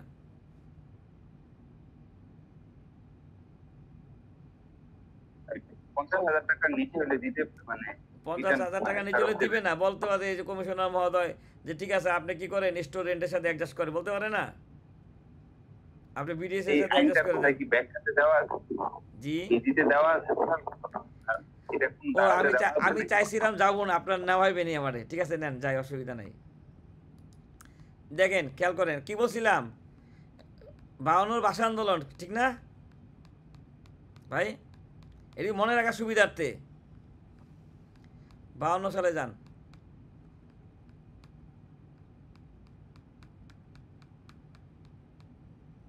দেখেন ফেরত প্রদান কি বলা আছে, শব্দটা কি ভাই বলেন? ফেরত প্রদান। ফেরত প্রদান। নিবন্ধিত ব্যক্তি ফর্ম 9.1 এর কমিশনার বরাবর অর্থ ফেরত গ্রহণের জন্য আবেদন করিতে পারিবে। প্রাপ্ত আবেদন যথাযথ পাওয়া গেলে ধারা 70, মনে আছে স্বাধীনতা আগের বছর, মনে আছে ভাই? ধারা 70 মানে কি? স্বাধীনতার আগের বছর স্যার। হ্যাঁ, 52 সালে ভাষা আন্দোলন হয়েছে, 70 সালের পরের বছর কি দেশ স্বাধীন হয়েছে, তাহলে তাকে মনে থাকবো ধারাবিধি। সুন্দর টেকনিক, হ্যাঁ সুন্দর টেকনিক স্যার, মনে রাখার মতো। শোনো আমরা তো এইভাবেই পড়ি, বেনিয়া সর্বকলা ছোটবেলা পড়ছি না, বেগুনি নীল আসমানি কমলা লাল। ঠিক আছে, শোনেন কে কি কইলো না কইলো, শোনে মানুষের কাজ হচ্ছে আপনাকে বাস দেওয়া, আর আপনার কাজ হচ্ছে এই বাসকে মই বানায় উপরে উঠে দেওয়া, সে তার জায়গায় পড়েই থাকবে, আপনি উন্নতি করে ফেলাবেন। ঠিক আছে, কি বলছি? তাহলে দেখেন 70-এর শর্তাদি, ওখানে শর্ত দেওয়া আছে কিনা বলেন? ওইখানে কি দেওয়া আছে? শর্তাদি। শর্তাদি পূরণ সাপেক্ষে কমিশনার আবেদনকারী ব্যাংক হিসাবে অর্থ ফেরতযোগ্য অর্থ জমা করিবেন অথবা তাহার অনুকূলে একটি ক্রস চেক ইস্যু করবেন। দেখেন হয়েছে কিনা, কমিশনার আপনাকে অনলাইন ট্রান্সফার করে দিতে পারে, আবার কি করতে পারে, একটা ক্রস চেক দিতে পারে। বুঝছেন? রাজকারী সমন্বয় গ্রহণের অনুমতি প্রদানের পরবর্তী 6টি কর মেয়াদের মধ্যে কি করতে হবে? নিবন্ধিত ব্যক্তিকে রাজকারী সমন্বয় সাধন করিতে হইবে। তাহলে আপনি যখন ওই যে বিল অফ এন্ট্রি আসছে, এখন আপনি 3 বছর ধরে এটি 9.1 দেখা নাই, তাহলে ফেরত চাইলে কি দিবে ভাই? বলে ফেরত চাইলে দিবে কি না? 4, বর্ণিত ব্যক্তি উপবিধি 3, এই 3 বলতে 3কে বুঝাইছে। বর্ণিত কর মেয়াদের মধ্যে রাজকারী সমন্বয় গ্রহণে ব্যর্থ হইলে 9.1 কমিশনার বরাবর অর্থ ফেরত গ্রহণের জন্য আবেদন করিতে পারিবে। 5, কমিশনার উপবিধি 4 বর্ণিত, এই 4 বর্ণিত আবেদন প্রাপ্তি 3 মাসের মধ্যে। এখন অনেক জায়গায় দেখবেন যে এটির জন্য আবেদন করলে কি কর্মকর্তারা আগ্রহ প্রকাশ করে না, তাহলে তাদেরও কি একটা টাইম দিয়ে দিচ্ছে, 3 মাসের মধ্যে কি করতে হবে? ব্যাংক হিসাবে ফেরতযোগ্য অর্থ জমা পরিধান করিবেন এবং তার অনুকূলে কি একটা ক্রস চেক। তার মানে উনি 90 দিনের মধ্যে সমাধান দিতে বাধ্য কিনা বলেন? আপনি আবেদন করলে উনি ওনাকে এখন যদি বলে আপনাকে বছরের পর বছর ঘুরাইতে পারবে? 90 দিনের ভিতরে ওনাকে কি করতে হবে? এটা ফয়সালা করতে হবে। 6, কোনো নিবন্ধিত ব্যক্তি তার অতিরিক্ত পরিশোধিত কর, মনে করেন ভুলে আমরা অনেক সেলস ব্যাট বেশি দিয়ে দিই না ভাই? জি স্যার। যেমন কয়েকদিন আগে একজন বলতেছে যে আমি সেলস ব্যাট দেওয়ার সময় ভুলে একটা শূন্য বেশি দিয়ে দিছি, এরকম হইতে পারে না? 10,000-এর জায়গায় 1 লাখ হয়ে গেছে, কি বলেন? তাহলে কি বলছে দেখেন, কোনো নিবন্ধিত ব্যক্তি তাহার অতিরিক্ত পরিশোধিত কর পরিশোধ পরবর্তী 6 কর মেয়াদের মধ্যে দাখিলপত্রে রাজকারী সমন্বয় করিতে পারিবে। তাহলে ভুলে যদি সেলস ব্যাট বেশি দেন তাহলে কতদিনের মধ্যে জিজ্ঞাসা করতে পারবেন? 6 কর মেয়াদের মধ্যে, এটা একটা রেফারেন্স। 7, নিবন্ধিত ব্যক্তি কর্তৃক উপবিধি 6, এই 6 বলতে 6কে বোঝাইছে। উপবিধি 6 বর্ণিত কর মেয়াদে রাজকারী সমন্বয় গ্রহণের সুযোগ না থাকিলে উক্ত ব্যক্তি ফর্ম 9.1 এই কমিশনার বরাবর ফেরতযোগ্য অর্থ ফেরত গ্রহণের জন্য আবেদন করিবে। কমিশনার বিধিতে বর্ণিত পদ্ধতিতে কি করবে? এটা নিষ্পত্তি করবে। তাহলে 52 পাইছেন কিনা বলেন? আর আমি কি বলছি, ধারাবিধির মধ্যে ধারা হচ্ছে বড়, 31 হচ্ছে ধারা, আর কি 70 হচ্ছে ধারা। 70 সালে যান।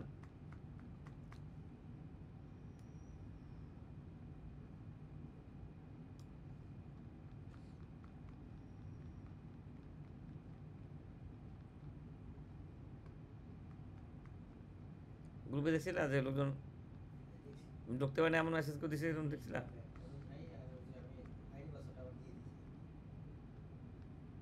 অনেকে পার্সোনাল মেসেজ দেয়, ক্লাসে ঢুকতে পারতেছি না।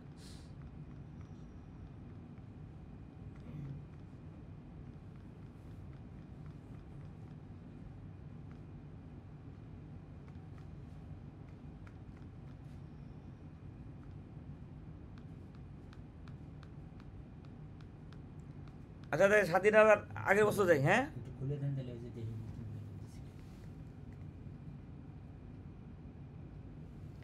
দেখেন স্বাধীনতা আগের বছর কি বলছে? ফেরত প্রদত্ত অর্থের প্রয়োগ বলা আছে কিনা বলেন? শব্দটা কি বলেন? ধারা 70 কি বলা আছে? ফেরত প্রদত্ত অর্থের প্রয়োগ। ধারা 68 ও 69 একটু দেখবেন না নিজেরা। হ্যাঁ, এর অধীন কোনো ব্যক্তিকে অর্থ ফেরত প্রদান করা হইবে না, যদি না যতক্ষণ না আবেদনকারী চলতি কর মেয়াদে প্রদত্ত সকল দাখিলপত্র পেশ করেন। এখন একজন যদি এসে বলে যে ভাই 3 বছর ধরে আমি প্রোডাক্ট আনছি, আমি আজকের মতো কোনোদিন রিটার্ন নেই না, আপনি আমার এটি ফেরত দিয়ে দেয়, তাহলে দিতে পারবে বলেন? তাহলে সবার আগে কী করতে হবে আপনি বলেন? 9.1 রেগুলার থাকতে হবে কিনা বলেন? জি স্যার। ওই লোকটা কী করতে হবে? নিয়মিত সকল সকল রিটার্ন জমা দিতে হবে। 2, কোনো ব্যক্তির নিকট ফেরত দাবিকৃত অর্থ প্রদান করা হইলে কমিশনার ফেরতযোগ্য অর্থ হইতে প্রথমে আইনের অধীন উক্ত ব্যক্তির নিকট পাওনা বকেয়া দায় দেনা সুদ দণ্ড জরিমানা হ্রাস করিবেন। এখন মনে করেন আপনি এটি জমে গেলে 1 কোটি টাকা, আপনি 10 লাখ টাকা একটা মামলা আছে, তখন ব্যাট অফিস বলবেন আগে মামলার ফয়সলা করেন, কি বলেন? জি স্যার। অথবা আপনার 5 বছরের সিএ রিপোর্ট নিয়ে বা অথবা 1-2 বছর যদি হয় নির্দিষ্ট বছরের সিএ রিপোর্ট নিয়ে বলবে না যে ভাই 1.5 লাখ টাকা বিডিএস আছে, আগে এটা অ্যাডজাস্ট করেন। তাহলে আপনি এবার চিন্তা করেন পুরাতন কোনো মামলা, সরকারের কোনো রাজস্ব পাওনা, ওগুলি অ্যাডজাস্ট করায় কী বলছে দেখেন। সবার আগে সুদ অ্যাডজাস্ট করবে, তারপরে কি দণ্ড অ্যাডজাস্ট করবে, তারপর জরিমানা অ্যাডজাস্ট করবে, হ্রাস করিয়া তারপর কী করবে আপনাকে টাকা দিবে। দেখেন বুঝছেন কি না? তাহলে এখন 10 লাখ টাকার একটা মামলা আছে বিচারাধীন, আপনার এটি জমা আছে 1 কোটি টাকা, আপনি যদি বলেন ঠিক আছে 10 লাখ টাকা আমি মাইনে নিলাম, এই টাকাতে অ্যাডজাস্ট করে বাকি 90 লাখ টাকা আমাকে দেন, তাহলে কিন্তু কর্মকর্তা রাজি হবে। বুঝছেন? এবার মাঝখান থেকে কী হলো, আপনার মামলাটাও সমাধান হয়ে গেল। দেখেন ধরতে পারছেন কিনা? জি স্যার। বিডিএস টিডিএসগুলিও কি সব অ্যাডজাস্ট করার পরে বাকি টাকা, মানে সরকারে আপনার কাছে টাকা পাওনা থাকতে পারবে না। তাহলে দেখেন 3 কি বলছে, উপবিধির উপধারা 2 প্রয়োগের পর যদি অর্থ অবশিষ্ট থাকে যাহার পরিমাণ 50,000 টাকা হয়, তাহলে উহা ফেরত প্রদান না করিয়া বোর্ড কর্তৃক নির্ধারিত কোনো কর মেয়াদে হ্রাসকারী সমন্বয় গ্রহণ করিবার লক্ষ্যে নিবন্ধিত ব্যক্তি অনুমতি প্রদান করিতে পারিবে। মনে করেন আপনি এটির টাকা 50,000 টাকার নিচে, তাহলে কি করবে? বলবে যে ভাই ফেরত দেওয়ার দরকার নেই, এটা আপনি কী করেন সেলস ব্যাট বা যে কোনো একটার সাথে অ্যাডজাস্ট করে ফেলান। বলতে পারবে কিনা বলেন? পাইছেন? রেফারেন্স পাইছেন? বলেন। তাহলে এখন দেখেন ধারাবিধি 4টেই দেখাইলাম, কোথাও কি পাইছেন যে এটি সমন্বয় করার জন্য 15% প্র্যাকটিস করতে হবে? বলেন না স্যার। তাহলে আমরা কি বুঝলাম যে এটি যে দিছে এটি হচ্ছে অ্যাডভান্স ট্যাক্স, এটি আমরা সবাই সমন্বয় করতে পারবি। আমরা 15% প্র্যাকটিস করলে এটি সমন্বয় করতে পারবো, আমরা ট্রেডিং ব্যাট প্র্যাকটিস করলে এটি সমন্বয় করতে পারবো, আমরা সুনির্দিষ্ট কর বা কি বলে যোগানদার হিসেবে সাপ্লাই দেই, যা কিনি তাই বেচি, তা সবাই এটি সমন্বয় করতে পারবে কিনা বলেন? স্যার এটি সমন্বয় করা যাবে, কিন্তু সাথে সাথে এর আগে দেখলাম যে ব্যাটটাও সমন্বয় হয়ে যাচ্ছে, তাহলে কি আমরা বলতে পারি এটি এবং ব্যাট দুটোই সমন্বয় করা যায়? দেখেন রাস্তা 3টা। কটা রাস্তা? 3টা। প্রথম রাস্তা ছিল আমরা স্ট্যান্ডার্ড প্র্যাকটিস করতে পারলে কী করতাম, ব্যাট রেয়াত নিতাম, এটি সমন্বয় করতাম। দেখেন ঠিক আছে কিনা? জি স্যার। হ্যাঁ, তারপরে একটা রাস্তা ছিল যে আমরা ট্রেডিং ব্যাট দিব, এটি সমন্বয় করবো, ব্যাট রেয়াত নিব না। কটা রাস্তা হইলো? 2টা। সরকার নতুন আর একটা রাস্তা আবিষ্কার করছে। সরকার বলছে আপনি 100 টাকাতে কিনে 50% এডিশন ধরে ব্যাট আর এটি অ্যাডজাস্ট করে ফেলান, দিবেন না নেবেন না। এটা হলো বিকল্প রাস্তা, নতুন রাস্তা। এই রাস্তা বাজারে পরে থাকবে কিনা শিওর নাই। দেখেন বুঝছেন কিনা? তাহলে 2টা হলো মেন রাস্তা। একটা হলো কি সাময়িক এই বছরের জন্য চালু করছে, সামনের বছর কি এটা বন্ধ করে রাস্তা যানজট হয়তো সরকার নতুন একটা মনে করেন বাই করে দিল যে তাড়াতাড়ি আপনার যে ঝামেলা মুক্ত থাকতে চান এই রাস্তাতে চলে যান। এটা আপনারা অনেকে বলেন না যে ভাই ইনপুট স্টেজে নিয়ে নেক, আমরা ব্যবসা দোকানে দিতে পারবো না, বলে না? আপনাদের মধ্যে তো অনেকে বলেন যে যা নিবেন ইনপুট স্টেজে নিয়ে নেন, আর দিতে পারবো না, বলেন কিনা বলেন? বলছে আপনারা অনেক ব্যবসায়ীদের শোনেন কিনা বলেন যে বলে না মালিকরা যে যা নেয় ইনপুট স্টেজে নিয়ে নেক, আমরা দিতে পারবো না ধাপে ধাপে। এদের জন্য এই রাস্তাটা বের করছে। আচ্ছা এখন এই লোকের শখ দিতে হবে কিনা বলেন? জি স্যার, দিতে হবে। আচ্ছা তাহলে শখ দিতে হবে। এখন আপনাদের গ্রুপে দিছিলাম, কেউ কি শখটা করছিলেন?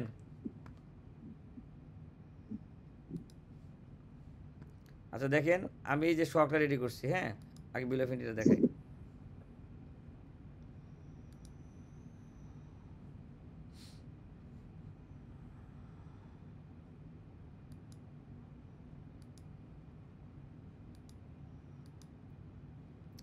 দেখেন এই যে শখ আপনারা এইভাবে রেডি করে এইভাবে সিগনেচার করে জমা দিবেন না ভাই?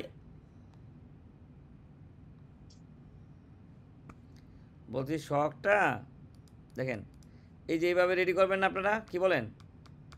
এই যে জি স্যার। দুলাল ট্রেডিং, তার নাম, ঠিকানা, বিন, ভ্যালু, হ্যাঁ, উপকরণ, এভাবে রেডি করবেন না, করে এরকম সিল সিগনেচার দিয়ে কি জমা দিবেন না ভাই অনলাইনে? জি স্যার। কয়টা শখ হয়েছে বলেন? 3টা না? আমরা এক্সেলে দেখি কীভাবে তৈরি করছি।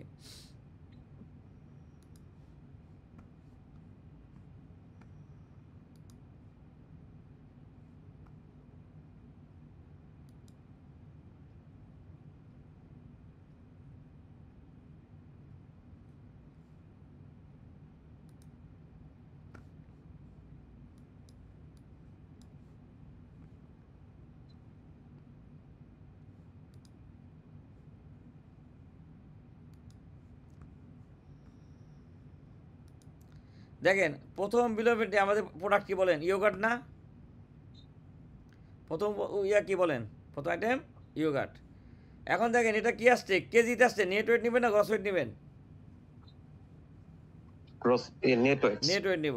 তাহলে আপনি দেখেন যেই টাকার উপরে ভ্যাট দিয়েছেন এটা আপনার বেস ভ্যালু না? এই বেস ভ্যালুকে পরিমাণ দিয়ে ভাগ দিলে আপনি বলেন একক প্রতি ব্যয় বের হয় কিনা? জি বের হয়। তাহলে ওটাই আমার ক্রয় মূল্য না? তাহলে দেখেন আমরা শখটা কীভাবে দিলাম। শখটা যখন রেডি করলাম, দেখেন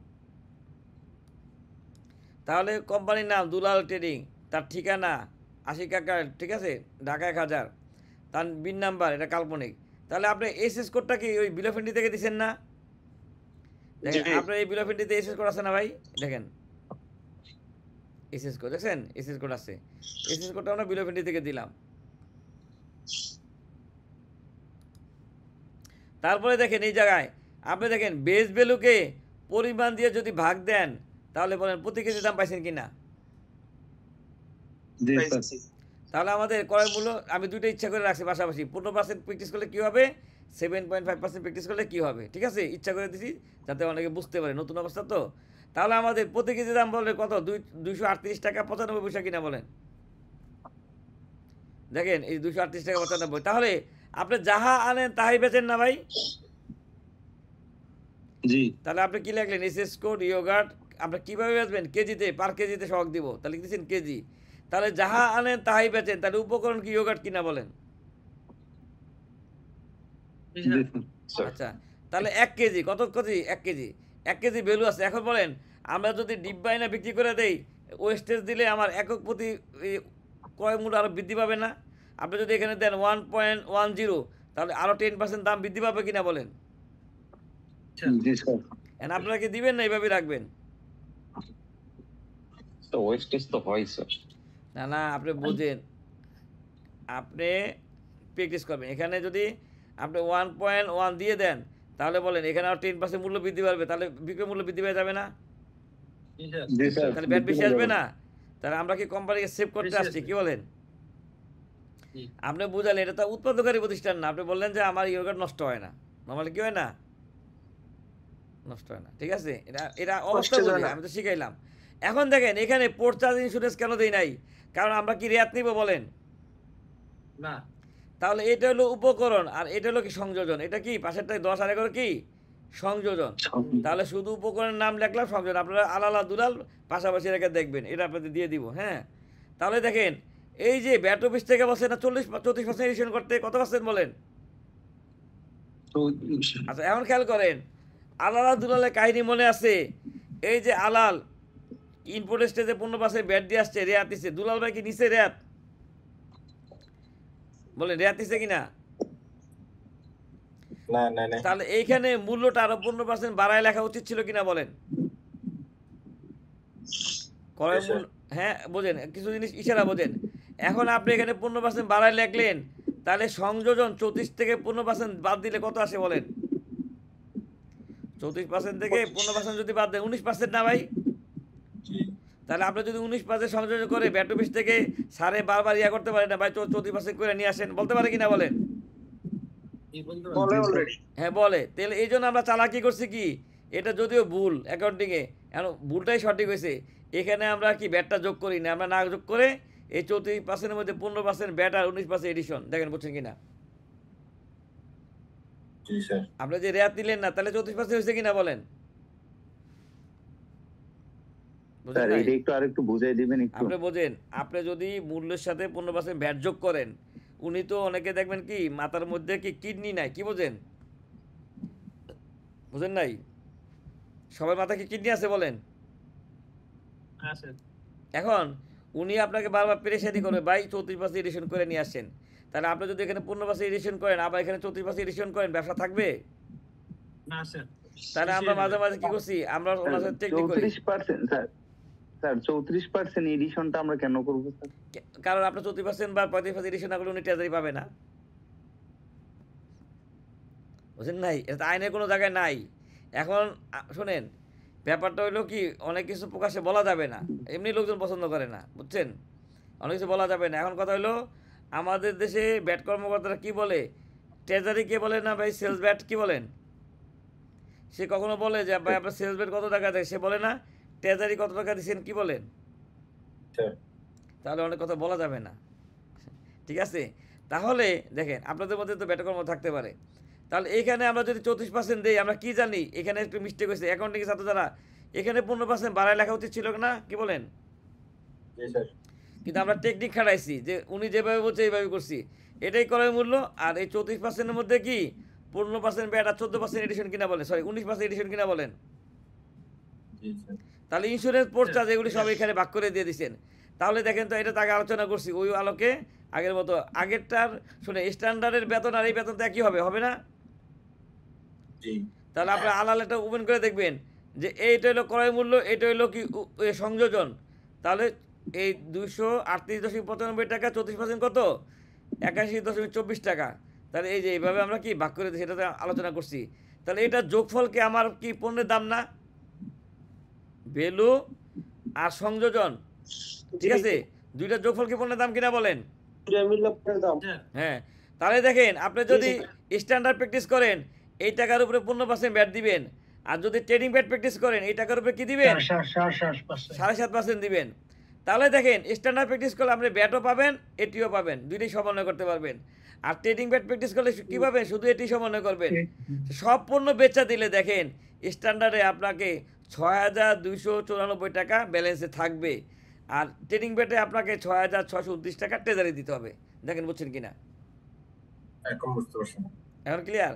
এটা আপনাদের দিয়ে দিব ক্লাসে পরে। শুনেন, অনেক কিছু বলি ভাই, হ্যাঁ, কথা হলো যে ওই আপনারা তো বাস্তব জীবনে ব্যস্ত। হ্যাঁ, পোর্ট চার্জ, জি স্যার বলেন। পোর্ট চার্জ, ইন্স্যুরেন্স এগুলো কিভাবে অ্যাড করব? আচ্ছা দেখেন, আপনি তো রেয়াত দিবেন না, খেয়াল করেন এখানে দেখেন, আমি একটু বড় করি, এডিশনে দিই। এডিশনে দিয়ে দেব, কারণ এখন তার রেয়াত নাই। দেখেন দেখেন এখানে ব্যাংক সুদ আছে কিনা বলেন? ব্যাংক সুদ চার্জ আছে? জি স্যার। জি স্যার আছে। এখানে ব্যাংক চার্জটা দিয়ে দিবেন, ঠিক আছে? তারপর সিএনএফ কমিশন আছে, সিএনএফটা দিয়ে দিবেন। তারপর দেখেন টেলিফোন, বিদ্যুৎ, গ্যাস ও অন্যান্য আছে কিনা বলেন? জি। জি এটার স্যার। মধ্যে দিবেন। দরকার হলে আপনি পোর্ট চার্জের জন্য আলাদা একটা ঘর করে ফেলেন, আচ্ছা স্যার, আচ্ছা স্যার। ঠিক আছে? দেন এখানে 2 টাকা রাখছি। তাহলে এইভাবে মাঝে মাঝে টেকনিক খাটাতে, শোনেন, সব যদি আপনি খুলে দেন তাহলে তো পোর্ট চার্জ আর স্যার একটা প্রশ্ন ছিল, পোর্ট চার্জ আর সিএনএফ কি সংযোজনের মধ্যে যাবে না মূল্যের মধ্যে যাবে? আপনি বোঝেন, আমরা যদি রেয়াত না নেই, হ্যাঁ, রেয়াত না নেই, তাহলে আমি এখানে একটু টেকনিক খাটাইতে পারি কিনা? আপনি বোঝেন, আপনি যদি উৎপাদনকারী হতে র মেটেরিয়াল, প্যাকিং মেটেরিয়াল, সার্ভিস, এটি কি সংযোজন আনতে পারবেন? এগুলি ম্যান্ডেটরি না ভাই? কিন্তু কিছু কিছু সার্ভিস আপনার টেকনিক অ্যাপ্লাই করতে পারি কিনা বলেন? আপনি যখন রেয়াত পাইলেন না, তখন আপনি পোর্ট চার্জ, ইন্স্যুরেন্স যদি 50 পয়সা যদি অ্যাড করেন, অনেক কোম্পানির 50 পয়সা এক সময় কোটি কোটি টাকা যায় দাঁড়ায় না, যারা লাখ লাখ পিস পণ্য বেচে, কি বলেন? মনে করেন, হ্যাঁ, তাহলে কিছু কিছু কোম্পানি দেখবেন আটানা ডিফারেন্স কি একসময় কোটি কোটি টাকা কি হাত দিবে। তাহলে আপনি একটু টেকনিক খাটাইলেন যে পোর্ট চার্জ, ইন্স্যুরেন্সটা আমি সংযোজনে দিয়ে দিলাম, তাহলে আমার একক প্রতি মূল্যটা কম হইলো। এই যে আমার এক ক্লায়েন্ট, হ্যাঁ, নাম বলবো না, উনি স্টিলের ব্যবসা করে, বুঝছেন, স্টিল। এখন আমি বলি যে প্রতি কেজি, ভাই প্রতি কেজি বললে লাভ নাই, আমাকে টনে বলেন, বুঝছেন? এবার উনি বলে আমাকে টনে বলেন। আমি কেন? উনি বলতেছে আমি 1 টন স্টিল বেচা যদি 50,000 টাকা লাভ করতে পারি, আমি ছাইরা দিই। তাহলে বলেন তো উনি প্রতি কেজিতে তাহলে 50 পয়সা সংযোজন করছে না ভাই? উনি সংগ্রহ। কস্টিং করে যে 1 টন যদি স্টিল বেচা আমি 50,000 টাকা লাভ করতে পারি, আমি কি করি, ছাইড়া দিই। তাহলে বলেন 1 টন স্টিল বেচা যদি 50 টাকা লাভ করতে হয়, তাহলে প্রতি কেজিতে ওনার কয় টাকা লাভ করতেছে? 50%। না না না, মনে করেন 1 টন হলো কত কত কেজি বলেন? 1000 কেজি। 1000 কেজি, ঠিক না? 1000 কেজি ইন্টু 0.50 পয়সা, তাহলে দেখেন ওনার প্রতি টনে 500 টাকা লাভ হয়েছে। কত টাকা লাভ হয়েছে? 500। কিন্তু উনি তো বেচে কয় ট্রাক? আপনার ট্রাক ধরে বেচে না, বড় একটা ইয়ে থাকে না, 20 টন 30 টনের ইয়ে আছে না? তাহলে ধরেন উনি 20 টনের একটা আইটেম বেচে, তাহলে 20 টনে ওনার লাভ হয় কত? 10,000। 10,000 হলে ছাইড়া দেয়। তাই উনি বলে আমার তো টনে ব্যবসা, যে আমার পার কেজিতে 8 আনা মার্জিন থাকলে কি করি আমরা, ছাইড়া দিই। বুঝতে পারছেন ভাই? আপনারা কি বোঝেন না ক্লাস বিরক্ত লাগছে এটা বলেন? হ্যাঁ ঠিক আছে। জি স্যার, জি স্যার, বলুন। তাহলে উনি সবকে টনে দিবে না কেজি? হ্যাঁ হ্যাঁ, এই যে টনে দিবে। এখন আর সিডি হ্যাঁ, যে সিস্টেম শেষ আমি বলি শুনেন, কেউ সিডি টনে দিবে, কেউ কেজিতে দিবে। না, এটা তো অবস্থা রূপে। শুনেন, সিডিআরডি এখানে কেন আসবে? আপনার ক্রয় মূল্য কি? যারা 32 বলছেন না যে আমি তো এটাকে দেখাইলাম, এখানে ক্রয় মূল্য কি? আপনি যে টাকার উপরে ব্যাট দিচ্ছেন এটা ক্রয় মূল্য না ভাই? আপনি যদি স্থানীয়ভাবে কিনেন, জি 6.3-তে বেস ভ্যালু লেখা থাকে না, এটাই ক্রয় মূল্য। তাহলে এইভাবে দেখেন ইয়োগার্ডের শখ দিলাম, ঠিক আছে? তাহলে দেখেন তো, আপনি যদি ট্রেডিং ব্যাট প্র্যাকটিস করেন, 320 টাকা হচ্ছে কি আপনার প্রোডাক্টের দাম, ব্যাট দিবেন কত টাকা? 24 টাকা। ব্যাট ছাড়া ব্যাট সহ ভ্যালু কত বলেন? 344.20 প্রথম আইটেম। দ্বিতীয় আইটেম সেম দেখেন, এসএস কোড চিজ প্রতি কেজিতে, চিজের ক্রয় মূল্য সংযোজন এই যে দিয়ে দিলাম। তাহলে চিজও দেখেন স্ট্যান্ডার্ড প্র্যাকটিস করলে 93,000 টাকা সরকারের কোষাগার থেকে আপনি কি আপনার অ্যাকাউন্টে জমা হইতো। আর স্ট্যান্ডার্ড প্র্যাকটিস না করলে কী করবেন? 98,000 টাকা ট্রেজারি দিবেন। এখন আপনি চিন্তা করেন আপনি কোনটা করবেন। নেক্সট ক্লাসে 10% এটা যোগানদার একটা দেখাবো। তৃতীয় আইটেম দেখেন, 3টা আইটেম ছিল না? তৃতীয় আইটেম হুইপিং ক্রিম, হ্যাঁ, এসএস কোড, এটাও কেজিতে দিব, ক্রয় মূল্য সংযোজন 34%, ঠিক আছে? তাহলে কি এই টাকা দেখেন, তাহলে আপনি টাকা পাবেন। এখন এখানে সংযোজন যদি 50% দেন তাহলে কি হবে? এটা 0 হয়ে যাবে, বুঝছেন? আপনারা টেস্ট করে নিজেরা, সংযোজন যদি 50% দেন কী হবে? 0 হয়ে যাবে, ঠিক আছে? আর যদি ইয়া করেন তাহলে শখটা বুঝছেন কিনা বলেন? স্যার সংযোজন বেশি করলে তো স্যার আমাদের প্রোডাক্টের দাম বেড়ে যাবে। হ্যাঁ, এটাই তো বাস্তবতা, আমরা তো এই জন্য শিখতে আসছি। স্যার সেল করতে তো সমস্যা হয় তখন। তাহলে আপনি বলবেন যে ভাই আমি সংযোগ করতে পারবো না, তাহলে বলেন এইভাবে 3টা আইটেমের জন্য 3টা শখ রেডি করবেন কিনা? স্যার শখের পর একটা কোশ্চেন ছিল। ঠিক আছে, জি, কোশ্চেন স্যার। উত্তর দিব, আগে বলেন এটা বুঝছেন কিনা? 3টা আইটেমের জন্য 3টা শখ রেডি করবেন, জি স্যার। এটা সিলস অফ রেডি করবেন। করার পরে এটা কি করবেন? অনলাইনে সাবমিট করবেন। এই অনলাইনে সাবমিট করার সময় বিল অফ প্রিন্টের সাথে দিয়ে দিবেন না? এই বিল অফ প্রিন্টটা কি করবেন? প্রমাণ হিসেবে দিবেন কিনা? হ্যাঁ, তাহলে শখটা দিতে পারবেন। এবার কোশ্চেন বলেন। স্যার কোশ্চেনটা হচ্ছে, আমি যখন ক্রয় মূল্য ধরবো, ক্রয় মূল্যের উপরে অ্যাসেসেবল ভ্যালুর সাথে তো আমার ব্যাটটা প্লাস হবে, ব্যাটটা প্লাস হবে, সিডিআরডিটা প্লাস হবে। সিডিআরডি এবং ব্যাট মিললে যে ভ্যালুটা আসবে সেটাকে আমার ক্রয় এই মূল্য দেখেন, হবে। এই যে দেখেন, এই যে অ্যাসেসেবল ভ্যালু না, এই অ্যাসেসেবল ভ্যালু দেখেন, এই অ্যাসেসেবল ভ্যালু এই ভ্যালু এক কিনা বলেন? জি এক। এটার CD সাথে যোগ করছেন, 25% সিডি যোগ করছেন, যদি আরডি থাকে জি, জি, 3% আরডি যোগ করছেন, এইচডি থাকে এইচডি যোগ করছেন, জি, জি। তাহলে এই 3টা যোগ করার পরে যে টাকা এটা হলো ব্যাটারি বেস বলে, এটাই হচ্ছে ক্রয় মূল্য। এটা ক্রয় মূল্য, ইয়েস। হ্যাঁ, যদি আপনার কোশ্চেন থাকে তাহলে আপনি এই যে ধারা 32 দেখবেন। ঠিক আছে। আপনার যদি কোশ্চেন থাকে তাহলে আপনি কি করবেন? ধারা 32 দেখবেন। দেখেন, এই দেখেন করযোগ্য সরবরাহের মূল্য নির্ধারণ কি বলা আছে?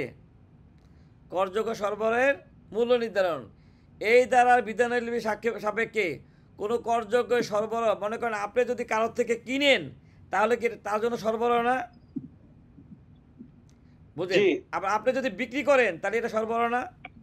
বলছে কি দেখেন, ধরে সেলস, কোনো করযোগ্য সরবরাহের পণ মানে কি বলেন?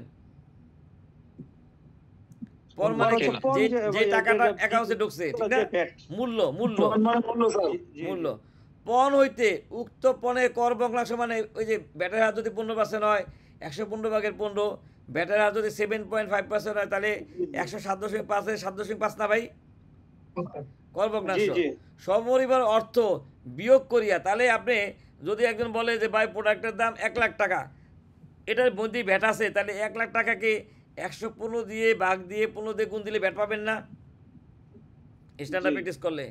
আর যদি ট্রেনিং ব্যাট প্র্যাকটিস করেন 107.5 দিয়ে ভাগ দিয়ে 7.5 দিয়ে গুণ দিলে কি ব্যাট পাবেন না?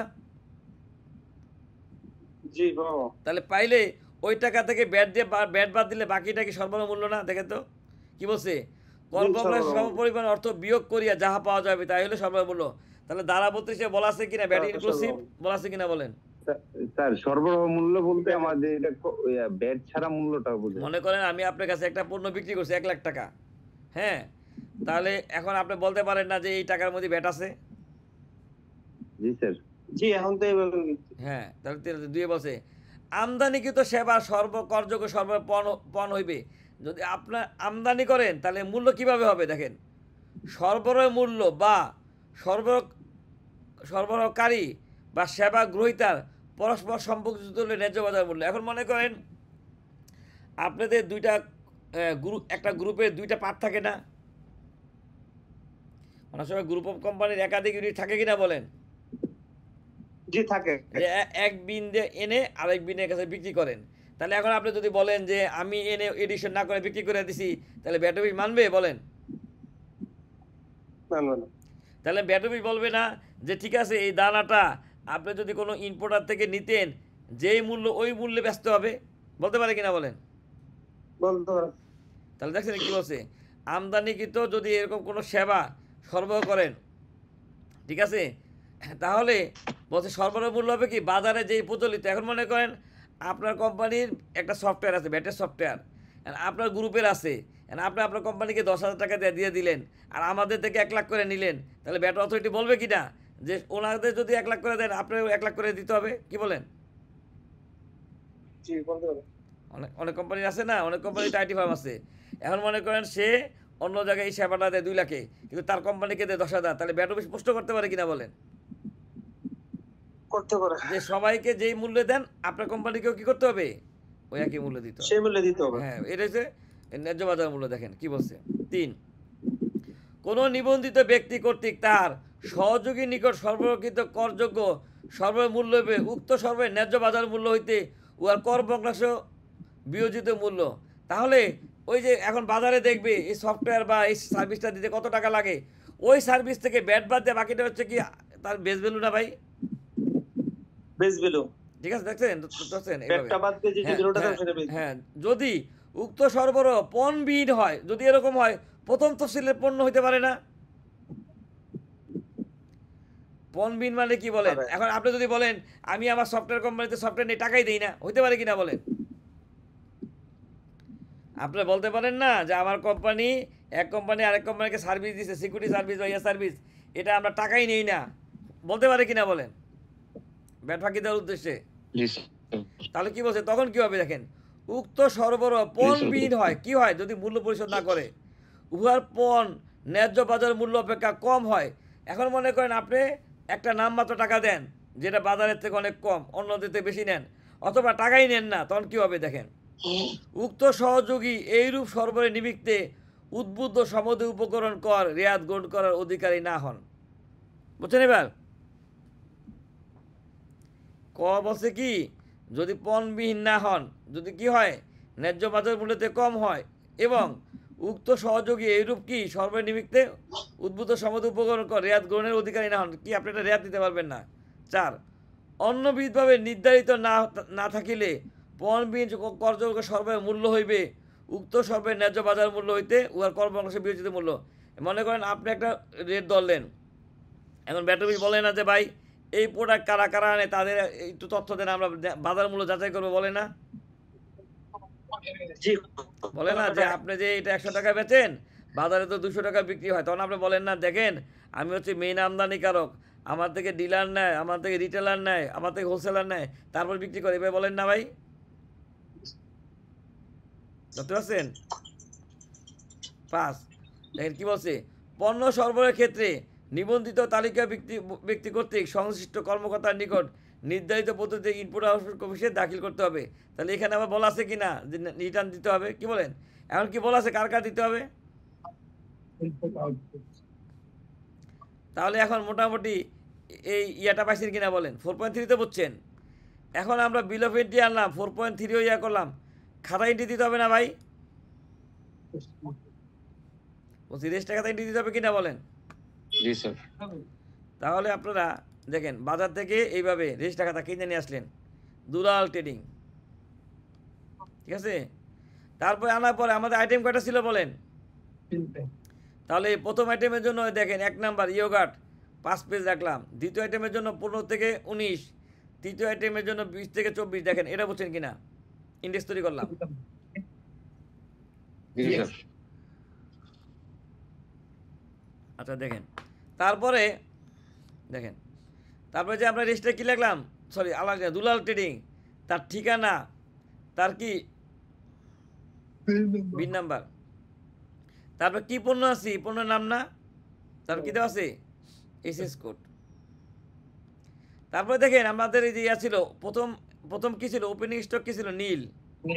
দেখেন ওপেনিং স্টক নীল। এই খাতা এখন আপনারা পাইলে বাসা বসে বসে দেখতে পারবেন কিনা বলেন? কারণ আপনারা তো বুদ্ধিমান লোকদের জন্য কি সারা যথেষ্ট না ভাই? নীল। তারপরে দেখেন বিল অফ এন্ট্রিটা আসছিল কয় তারিখে? এই বিল অফ এন্ট্রিটা আসছিল ধরেন 2/7/25। তারপরে রিসিপ্ট দেখাইতে হবে না? তাহলে আপনার কি হচ্ছে 20/7 তারিখে রিসিপ্ট দেখাইছেন, হয়তো প্রসেসিং করতে করতে কি আপনার সময় লাগছে। তাহলে কয় তারিখ রিসিপ্ট দেখাইছি? Serial number 2 20/7/25। কি লিখছি? ইম্পোর্ট ওপেনিং স্টক নীল, পরিমাণ টাকার ভ্যালু। কারণ কি 9.1 পার্সেস যখন দেখাবো এই ভ্যালুটা দেখাইতে হবে না? তাহলে টোটাল হচ্ছে 1088। কার থেকে আছে? কোম্পানির নাম, তার ঠিকানা, তার বিন নাম্বার, তার কি sorry bill of entry number, bill of entry date. তাহলে স্টকে ঢুকে গেল কিনা বলেন? এখন এই পণ্য বেচার আগে আপনি শখ দিচ্ছেন কিনা? বলছি পণ্যটা বেচার আগে শখ কি দিচ্ছেন? এতক্ষণ কি করলেন বলেন? জি স্যার। হ্যাঁ, এখন সারা মাস ব্যাপী এই পণ্য আপনি বিক্রি করতে পারেন না? এটা তো আপনি আপনার বাস্তব অনুযায়ী করবেন। এখন মনে করেন উনি এক মাসে সব বিক্রি হচ্ছে, চাহিদা বেশি। তাহলে দেখেন কামাল ট্রেডিংয়ের কাছে কিছু পণ্য বেচলো 22 তারিখে, 3টা আইটেমে কিন্তু বিক্রি করছে দেখেন। তারপরে দেখেন দ্বিতীয় চালান দ্বারা 22 তারিখে আবার এই যে কি মা স্টোর থেকে বিক্রি করছে। এইভাবে সে 50টা চালান দ্বারা বিভিন্ন ডেটে পণ্যগুলি বিক্রি করছে কিনা বলেন? সপ্তাহব্যাপী। দেখছেন কোনো চালানে একাধিক আইটেম আছে না ভাই? তাহলে ইয়োগার্টের স্টক থেকে ইয়োগার্টটা বাদ দিতে হবে কিনা? চিজের স্টক থেকে চিজটা বাদ দিতে হবে কিনা বলেন? জি স্যার। যার স্টক থেকে কি করতে হবে? এটা বাদ দিতে হবে। তাহলে এখন আমরা রেজিস্টারে যাই, এভাবে দেখেন তো। এই যে প্রথম আইটেম, তারপর সিরিয়াল নাম্বার 2 1088 কি স্টকে আছে। তারপরে দেখেন তো কি লেখছেন 13তে সেলস লেখছেন না? কত নাম্বার চালান দ্বারা সেল করছেন বলেন? চালান নাম্বার কত? 10, সরি পরিমাণ 10 কেজি। ডান দিকে স্যার, আর ডান দিকে চালান নাম্বার। হ্যাঁ বুঝছি, সরি 10 কেজি। 10 কেজির ভ্যালু এত, তাহলে ব্যাটের পরিমাণ কি 7.5 না? জি স্যার। তাহলে 6.3 তে আগে যেমন 15% ছিল, এখন ব্যাট কি 7.5 কিনা বলেন? জি স্যার। তাহলে 7.5। তাহলে কত টাকা ব্যাট আসলো? কার কাছে বেচছে? তার নাম, তার কি ঠিকানা, তার ব্যাট নিবন্ধন নাম্বার, এই যে ব্যাট চালান নাম্বার, ডেট। এইভাবে সারা মাস বিক্রি করছি আর স্টক ইয়ে করছি, পারবেন কিনা বলেন? মাস শেষে আমি কি করছি দেখেন, এই যে এখানে তো কিছু এন্ট্রি নাই। মাসে যে লেখছি টোটাল এত কেজি বিক্রি করছি, আর স্টকে কি এটা আছে। পরের পাতা যাবার জেট টানছি না, কি বলেন? করে লাস্টে যায় দেখেন কি করছি, আমার স্টক 0 হয়ে গেছে কিনা বলেন? বুঝছে? তাহলে এখন এইভাবে যদি আপনি টোটালটা টানেন, এখন 9.1 দিতে পারবেন কিনা যে এত লাখ টাকা সেল, এত লাখ টাকা ব্যাট। দেখেন বুঝছেন? জি স্যার। ঠিক অনুরূপভাবে আমরা চিজের স্টকটা রাখলাম, দেখেন খেয়াল করেন। এই অনুরূপভাবে কি করছি, চিজের স্টক, ওই যে ওপেনিং রিসিপ্ট, ওপেনিং নীল রিসিপ্ট, তারপর সারা মাস ব্যাপী সেলস। এইভাবে 3টা আইটেমের ক্রয় বিক্রয় খাতাটা বুঝছেন কিনা বলেন? জি স্যার। ভাই আমি তো খাতা করেই দিছি। শোনেন, আপনাদের এই 2 ঘন্টা ক্লাস করার জন্য আমার 2 দিন কাজ করা লাগছে, কি বুঝছেন? আপনাদের ছোট করার জন্য বলতেছি না, বুঝাইতেছি যে দেখবেন যে যারা পড়ায় তাদের কিন্তু বেশি পড়া লাগে, ঠিক না ভাই? ইউনিভার্সিটি কি করে ৪৪ মিনিট ক্লাস হলে 1 রাত পড়া লাগে। আমার এই 2 ঘন্টা ক্লাসের জন্য আমার এই 2 দিন ধরে কন্টেন্ট বানানো লাগছে।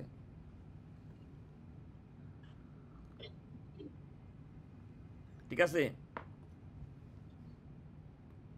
আর বলেন কতটুকু মহব্বত থাকলে এত কষ্ট করি? জি স্যার 2 লাখ টাকা পকেটে আছে। হ্যাঁ এই তো এই ভাই দেখ মনের কথা বলছে, ধন্যবাদ আপনাকে। ঠিক আছে, 2 লাখ টাকা পকেটে আছে। এখন তাহলে এই 9.1 থেকে দেখেন পারচেজের তথ্য এবং সেলসের তথ্য পাবেন কিনা বলেন। এখন যেই পর্যন্ত আলোচনা করলাম এই কোম্পানি ক্রয় খাতা রাখছে, এটা তো এখন পারবেন। ক্রয় খাতা তো ভাই নমুনা দিয়ে দিলাম, পারবেন না? না পারলে দেখে দেখে মাসি মারা কেরানির মতো কাজ করবে, আটকাইলে এই নাম্বারে ফোন দিবেন।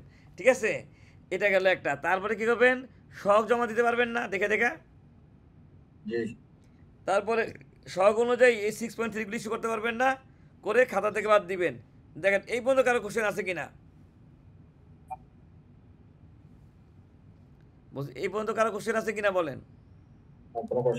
আচ্ছা সহগের মূল্য অনুসারে 6.3 এই তো ধরতে পারছে, সহগের মূল্য অনুযায়ী 6.3 ইস্যু করছি আমরা। সহগে যে 6.3 তে কি লেখা আছে দেখেন, কি লেখা আছে, ক্রেতার নাম, ঠিকানা ইয়া লেখা আছে কি, প্রতি কেজির দাম কত কেজি, 16 কেজি বিক্রি করছি, এটা হলো ব্যাট ছাড়া নাম। তা 16 দিয়ে গুণ দিচ্ছেন টোটাল ভ্যালু, এটার উপর 7.5% ব্যাট দিচ্ছেন। তাহলে দেখেন ইয়া করলে যে এইটা হলো ব্যাট, এটা হলো ভ্যালু। তাহলে আপনাকে এই একটা চালানে ব্যাট দিচ্ছেন কত, 2516 টাকা। আর বিক্রয় মূল্য ব্যাট ছাড়া কত, 33,556। টোটাল ব্যাট সহ হচ্ছে 35,072 টাকা। দেখেন বুঝছেন কিনা। স্যার সহগ জমা দেওয়ার পরেও যদি অনেক সময় প্রাইস ইনক্রিজ করে না মার্কেটে, তখন যদি আমরা এইভাবে সেল করি তাহলে সহগ সংশোধন করার কোনো সুযোগ আছে কিনা? না এখন যদি এরকম হয় যে আপনি বোঝেন ধারা 46-এ বলা আছে কি, উপকরণের মূল্য 7.5% হ্রাস বৃদ্ধি হলে সহগ দিতে হবে, বিক্রয় মূল্য বৃদ্ধি হলে দিতে হবে বলা আছে। বলেন বিক্রয় মূল্য বৃদ্ধি পেলে কি দিতে হবে, কোথাও বলা আছে কিনা?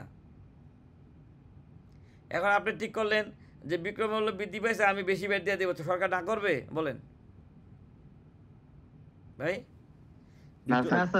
তাহলে আপনি ওইভাবে চিন্তা করেন, আপনি বিক্রয় মূল্য বেশি পেয়েছেন, আমি ব্যাট দিয়ে দিন, সরকার বললো লোকটা ভালো। এখন যাই 9.1-এ, খেয়াল করেন, ক্লাসে পরে এগুলি আমি হোয়াটসঅ্যাপে দিয়ে দেবো। 9.1-এ দেখেন আমরা কি যাহা কিনি তাহাই বেচি, তাহলে আমরা কি ট্রেডিং ব্যবসায়ী? আর আমাদের বিনের মধ্যে তথ্যগুলি আছে দেখেন। তাহলে কি দিলেন, বিন নাম্বার, দুলাল ট্রেডিং, তার অ্যাড্রেস, প্রোপ্রাইটারশিপ ব্যবসা, ইম্পোর্ট অ্যান্ড ট্রেডিং। দেখেন এই পর্যন্ত বলছেন কিনা? আচ্ছা তাহলে মনে করেন যেই মাসে রিটার্নটা কি ছিল, এখানে মিস্টেক হয়েছে, ঠিক আছে, জুলাই মাসের রিটার্ন। তাহলে আপনি জমা দিয়েছেন কবে, 15 তারিখে, এটা এটি পারবেন না ভাই? আচ্ছা এটা ঠিক করে দিব। এখন দেখেন এই যে ট্রেডিং ব্যবসায়ী, সে যদি রেয়াত না নেয়, সে 8 নাম্বার নোট এন্ট্রি দিবে না। দেখেন কি লেখা আছে, রিটেল হোলসেল ট্রেড ব্যাট আছে কিনা বলেন। তাহলে 8 নাম্বার সাফরম ওপেন করেন, এখানে 8 নাম্বার।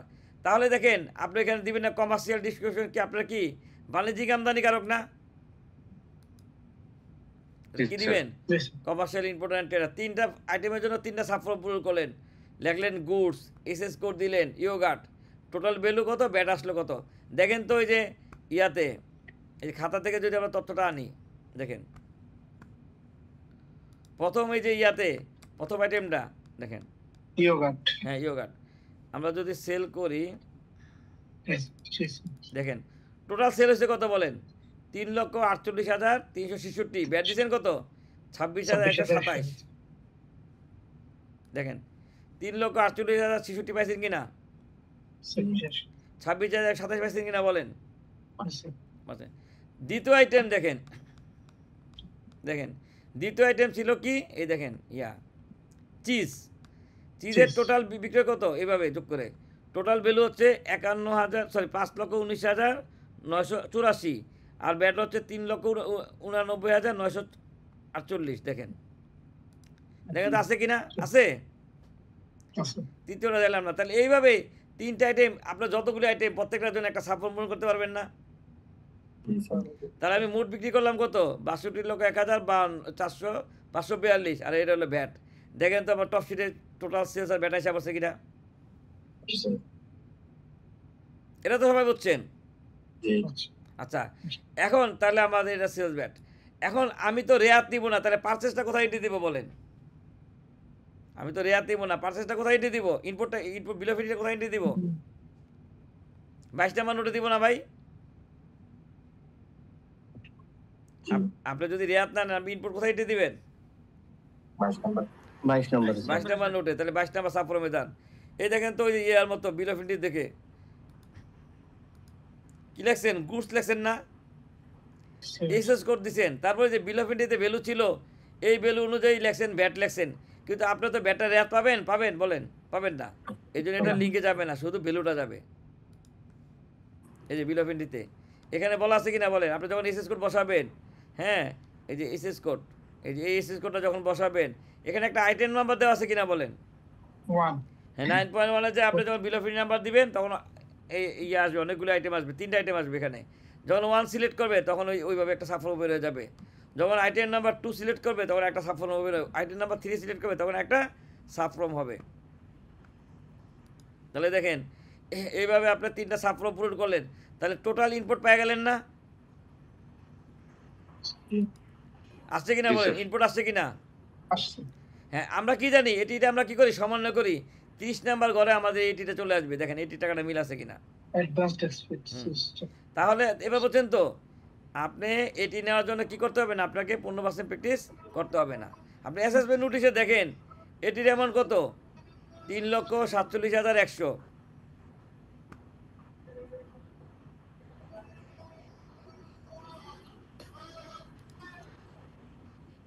ভাই একটু সহযোগিতা করেন, ঠিক আছে? আপনার ক্ষতি আপনি করতেছেন। 3,47,100 দেখেন এটি পাইছেন কিনা? তাহলে এই এই পার্সেস এন্ট্রি দুটো বুঝছেন তো, সেলস আর পারচেজ। হ্যাঁ এইবার বাকিটা আপনারা করবেন, বাকি ক্লাস এখন আপনারা করবেন। আমি তো শিখাইলাম আগের মাসে, হ্যাঁ এই পর্যন্ত সবাই কিন্তু শিখাইলাম আমি মেন। এখন এটা আগের মতোই, এখন আপনারা এবার বলবেন। দেখেন উক্ত প্রতিষ্ঠান 7.5% হারে মূসক 6.3 দ্বারা পণ্য বিক্রি করে, এটা এন্ট্রি দিছি না আমরা? আচ্ছা শখ জমা দিছি, এটাও তো দেখছেন। আচ্ছা হ্যাঁ লেনদেন নিম্নরূপ দেখেন, সমাপনী জের 25, এটা কততে আসবে বলেন? আগের মাসের জের আছে 25, তাহলে নোট 65-তে যাবে কিনা? আপনি রিটার্নের জের থাকে না অনেক সময়, তাহলে এটা কোথায় যাবে? 85-তে, দেখেন 65-তে। তাহলে দেখেন আমরা ক্লোজিং 52-তে, না সরি আগের মাসের 65-তে ছিল 25, তাহলে এখন 52-তে 25 আসবে কিনা বলেন? 52-তে কত আসবে? 25। তাহলে এটা আপনার অলরেডি সরকারের কাছে টাকা পাওনা আছে। তারপরে কোশ্চেন কি দেখেন, উক্ত প্রতিষ্ঠান হ্যাঁ এই যে বিল অফ এন্ট্রির মাধ্যমে পণ্য আমদানি করে 2/7 তারিখে যখন ব্যাংকে টাকা পরিশোধ করে প্রোডাক্ট আনেন তখন ট্র্যাক বলা দিয়েছেন 20,000 টাকা। তাহলে এই 20,000 টাকার উপরে ভ্যাট কাটতে হবে কিনা বলেন? শুনেন বাংলাদেশে অনেকের ব্যাটের ভিতরে ভুল আছে, এই যে এখন ধরা পড়বে। দেখেন 20,000 টাকা ট্র্যাক ভরা দিয়েছেন, এটা 9.1 দেখাইছেন আপনি? তাহলে এই ট্র্যাক ভরা 20,000 টাকা 9.1 দেখাইতে হবে কিনা বলেন? তাহলে 20,000 টাকা আমরা যদি ওই যে 43 নাম্বার আসাতে দেখি 99 সেবা, তাহলে এটা কি পরিবহন ঠিকাদার হিসেবে পড়ে না? 048, তাহলে এটার উপরে ব্যাট কত পার্সেন্ট? 15% না? 15%। এই লোক যদি আপনাকে 6.3 না দেয় তাহলে অনিবন্ধিত কিনা বলেন? তাহলে বলেন কয় নাম্বার নোটে দেখাবেন? ব্যাট দিব কিন্তু রিয়াত পাবো না। জি রেয়াত দিবেন, রেয়াত পাবেন, আপনার তো রেয়াত নাই। তাহলে 20 নাম্বার নোটে যাবেন, ঠিক না? কত নাম্বার নোটে? তাহলে এই 20 নাম্বারের পাশে দেখাবেন আর ট্রেজারি দিবেন কোথায়? 27-এ। তাহলে যান 20-এ, তাহলে লেখছেন দেখেন ট্রাক রেন্ট, কি লেখছেন? এই যে সার্ভিস কোড দিলেন, কি লেখছেন? Truck rent. তাহলে ভ্যালু দিলেন 20,000, ব্যাট দিলেন 3,000। দেখেন বুঝছেন কিনা? ঠিক আছে, এই জায়গাটা একটু স্লো যায় না। আচ্ছা ঠিক আছে, এখন এটা বুঝছেন তো সবাই? জি স্যার। আচ্ছা তারপরে দেখেন, তারপরে এটা গেল 6.3 পার নাই, ইয়া গেল। হ্যাঁ, বিলো ফিটিতে এন্ট্রি দিছি আমরা, এটার দরকার নাই। দেখেন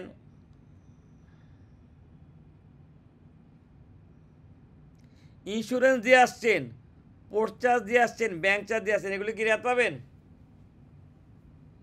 পাওয়া যাবে না। এগুলি কি ব্যাট চালান না? ব্যাট চালান। ব্যাট তো আর কাটতে হবে না, দিতে হবে না। তাহলে কত টাকা নোট এন্ট্রি দিবেন বলেন? 9.1 কোন জায়গায় এন্ট্রি দিবেন চিন্তা করেন। 10 থেকে 22-এর মধ্যে কোথায় এন্ট্রি দিবেন? 21 লোকাল পারচেজ। হ্যাঁ ভাই, ঠিক আছে, সবাই বুঝতে পারছেন? কারণ যেহেতু আপনি ব্যাট চালানটা কিনছেন এবং উনি কি আপনাকে এটা কি ব্যাট চালান, তাহলে আপনি কোথায় এন্ট্রি দিবেন? 21-এ। তাহলে 21-এ যায় দেখেন আমরা কি লিখছি, সার্ভিস না এগুলি, সার্ভিস কোড। তাহলে ইন্স্যুরেন্স পুরো ভ্যালুটা লিখে দিছি, পোর্ট চার্জ পুরো ভ্যালু লিখে দিছি, ব্যাংক চার্জ পুরো ভ্যালু কেন লিখছি? এখানে যদি আপনি ব্যাটের বেস ভ্যালুটা লেখেন, এখানে ব্যাট আসবে, কিন্তু এটা কি লিঙ্কে যাবে বলেন? কোথাও যাবে? যাবে না। মনে করেন এখানে যদি ভ্যালু লেখেন আর এখানে যদি ব্যাট লেখেন, তাহলে এই যে এখানে যে ভ্যালুটা বের হবে এটা কি সঠিক হবে বলেন? এখানে ব্যাটের অ্যামাউন্ট বাদ দিয়ে ভ্যালু হবে না 21 নাম্বার করে? তাহলে আপনার অডিটের সময় আরেকবার বুঝাই দিতে হবে না, স্যার এই টাকার সাথে এত % ব্যাট যোগ করতে হবে, বলতে হবে কিনা বলেন? আর আপনি যদি 21-এ টোটাল টাকাটা লিখে দেন, এটা কি আসছে এটা নিয়ে আপনার মাথা কামানোর দরকার না, এখানে কি আসছে, তাহলে এই টাকাটাই টোটাল ওই জায়গায় চলে যাবে, তাহলে আপনার অ্যাকাউন্টটা অ্যাকচুয়াল হবে না ভাই? স্যার এটা তাহলে ব্যাট সহ মূল্যটা না, টোটাল ব্যাট মূল্য সহ মেলু লিখলে ভালো কিনা বলেন? কারণ আপনি তো রেয়াত পাবেন না, টোটাল অ্যামাউন্টটাই তো দেখাইছেন আপনি। জি। আর না হলে এই অ্যামাউন্টটা ধরে আবার যোগ বিয়োগ করে দেখা যাবে, কারণ কখনো 7.5 কাটেন, কখনো 10% কাটেন না ভাই, কখনো কি সুনির্দিষ্ট দেন, তাহলে আপনার কাজ বাড়লো কিনা বলেন? তাহলে একসাথে দিলে কি কাজ সুবিধা হলো না? আপনার যোগ বিয়োগ করতে সুবিধা, কাজ করতে সুবিধা, কি বলেন? শর্টকাটে স্যার, শর্টকাটে। তাহলে এইভাবে ইয়া করে কি নিউজ করবেন, ঠিক আছে? আচ্ছা গেল, দেখেন তারপরে ইয়া গেল, এটা তো বিক্রয় সহগের মূল্য, দেখছেন প্রোডাক্টের নাম, মূল্য, মূসকের হার, মূসক কত %, 7.5%, আপনার বিক্রয় মূল্য কত, এমআরপি কত, তাহলে বলবে না ব্যাটের কর্মকর্তা স্যার বাজারের মূল্য 500 কিন্তু আমি তো 344 টাকা বেশি, আমার থেকে আরো 3টা হাত বদল হয়, এইভাবে ব্যাখ্যা দিতে পারবেন না? দেখছেন, এটা হলো কি আমার বিক্রয় মূল্য, আর বাজারে বিক্রয় মূল্য কত? Sir market price, dealer price ভিন্ন ভিন্ন থাকে না? এই যে এই জন্য তো ডিফারেন্স, 344 আর 500 ডিফারেন্স কত? এটাই তো ডিলারদের ডিফারেন্স।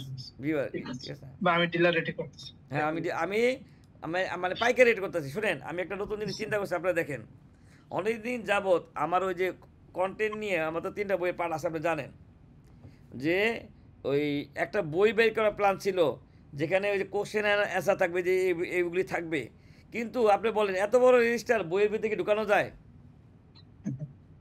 আপনি বলেন ঢুকানো যায়?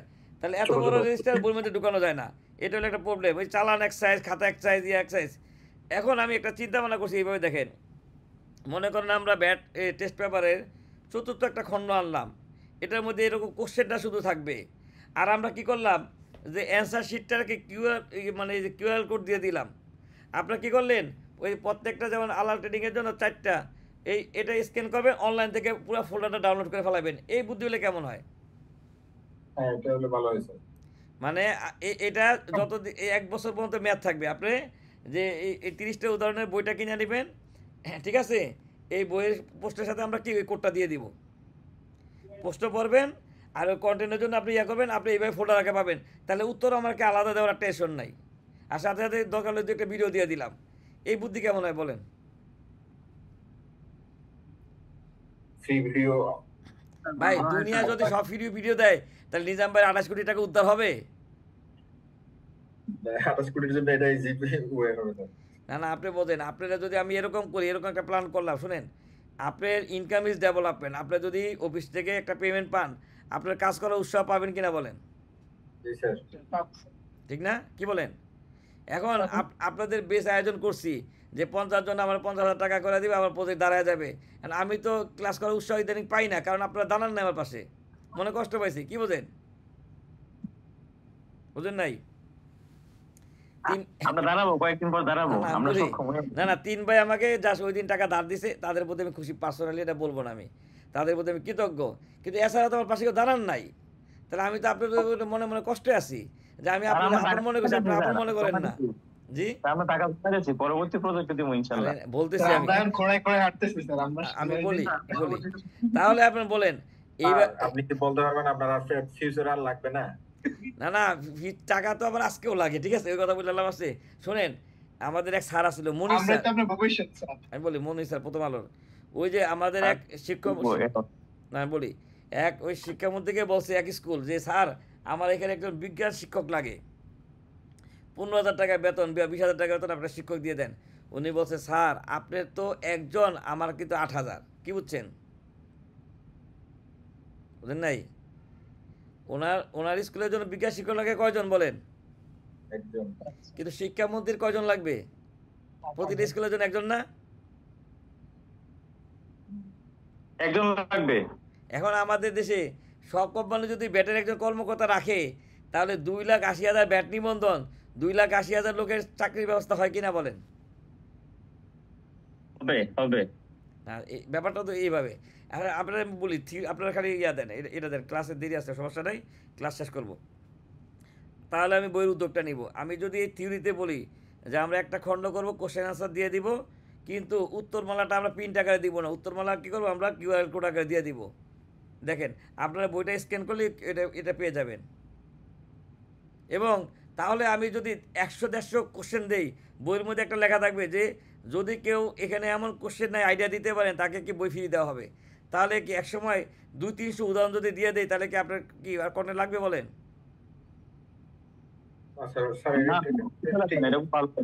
এখন মনে করেন একটা উদাহরণ দেওয়া থাকলো বাণিজ্যিক আমদানিকারক গাড়ি ইম্পোর্টার, রেয়াত নিলে এটা, না নিলে এটা, তাহলে আপনি কি করলেন ওই গাড়ি ইম্পোর্টারটা দেখে ওইভাবেই খালি চালান লাগলেন, কি বলেন? এডিশনের হারটা চেঞ্জ হবে আর কি ক্রয় মূল্যটা চেঞ্জ হবে, আর গাড়ির নাম চেঞ্জ হবে, সিস্টেম তো একই থাকলো, কি বলেন? আচ্ছা হ্যাঁ, সবকিছু ভিতরে থাকবে, হ্যাঁ ভিতরে থাকবে। এখন মনে করেন তাহলে এইভাবে মাহবুব স্যার, জাকির স্যারের মতো বই যদি ছাপাই তাহলে আপনার কয় টাকা দিতে প্রস্তুত আছেন? কারণ এটার পিছনে ইনভেস্ট করা লাগবে আমার। ইনভেস্ট হয়েছে মানে দাম হয়েছে কোয়ালিটির উপরে, আপনার কোয়ালিটি ওনাদের আলাদা। আমি বলছি যে আমি বলবো যে কি জানেন ওই যে বইয়ের নাম থাকে না, টাচ অ্যান্ড পাস, হ্যাঁ আমি দিব যে না না আমি বলি এমন একটা করলাম যে এই বই নিলে আপনার ব্যাট নিয়ে টেনশন নাই। ভাই মাস্টার্সে যখন পড়তাম ক্যাপসুল নামে একটা সিরিজ ছিল না, তারপরে যারা ল পড়েন হটকেক নামে একটা এরকম কিছু সিরিজ, ওই যে 19 পপিকেট ছিল না, এইভাবে চিন্তা করেন। যেমন একটা করবো চিকিৎসা নাকি চিকিৎসা বা না শেষ চিকিৎসা জান, শেষ চিকিৎসা, ঠিক আছে।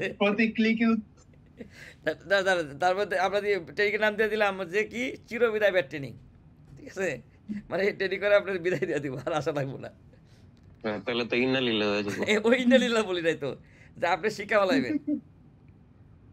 তার বাজারে বেশি দাম দিলে খাবে না, তবে আপনাকে তো আমি বহুত দিন ধরে আমি বলি তাহলে এক কাজ করি, তাহলে 2-3 হাজার টাকা বিক্রি করার দাম উপযুক্তই হবে, কারণ আপনার কোয়ালিটি ফুল বাস্তবোদাহরণ। আচ্ছা তাহলে এক কাজ করি, ইজি করে দিই, তাহলে আমরা এক কাজ করি, আইন আর বিধি ছাপানো আকারে বাই করবো না, কারণ এটার পিছনে তো 800 টাকা চলে যাবে। আইন আর বিধি সফট কপি থাকবে, শুধু আমরা যেটা এটা কি বলে একবার আছে ব্যাট মেডিসিন, হ্যাঁ সুন্দর কথা আছে। আমরা যদি এক কাজ করি ওই উত্তরমালাটা শুধু ছাপাইয়া দিই, এটা কেমন হবে? কারণ কি আমি বলি অনলাইনে দিলে টোটাল ব্যবসা মাইর খাবে, কারণ সবাই কপি করে দিয়ে দিবে। এটা ছাপানো দিব, আপনি বারকোড স্ক্যান করলে কি ডাউনলোড করতে পারবেন, বুঝলেন নাই? বিধিমালা আইন সবাই কিন্তু আগে কিনে রাখবে, তার চেয়ে ভালো আপনি কিছু অ্যানসার গুলো।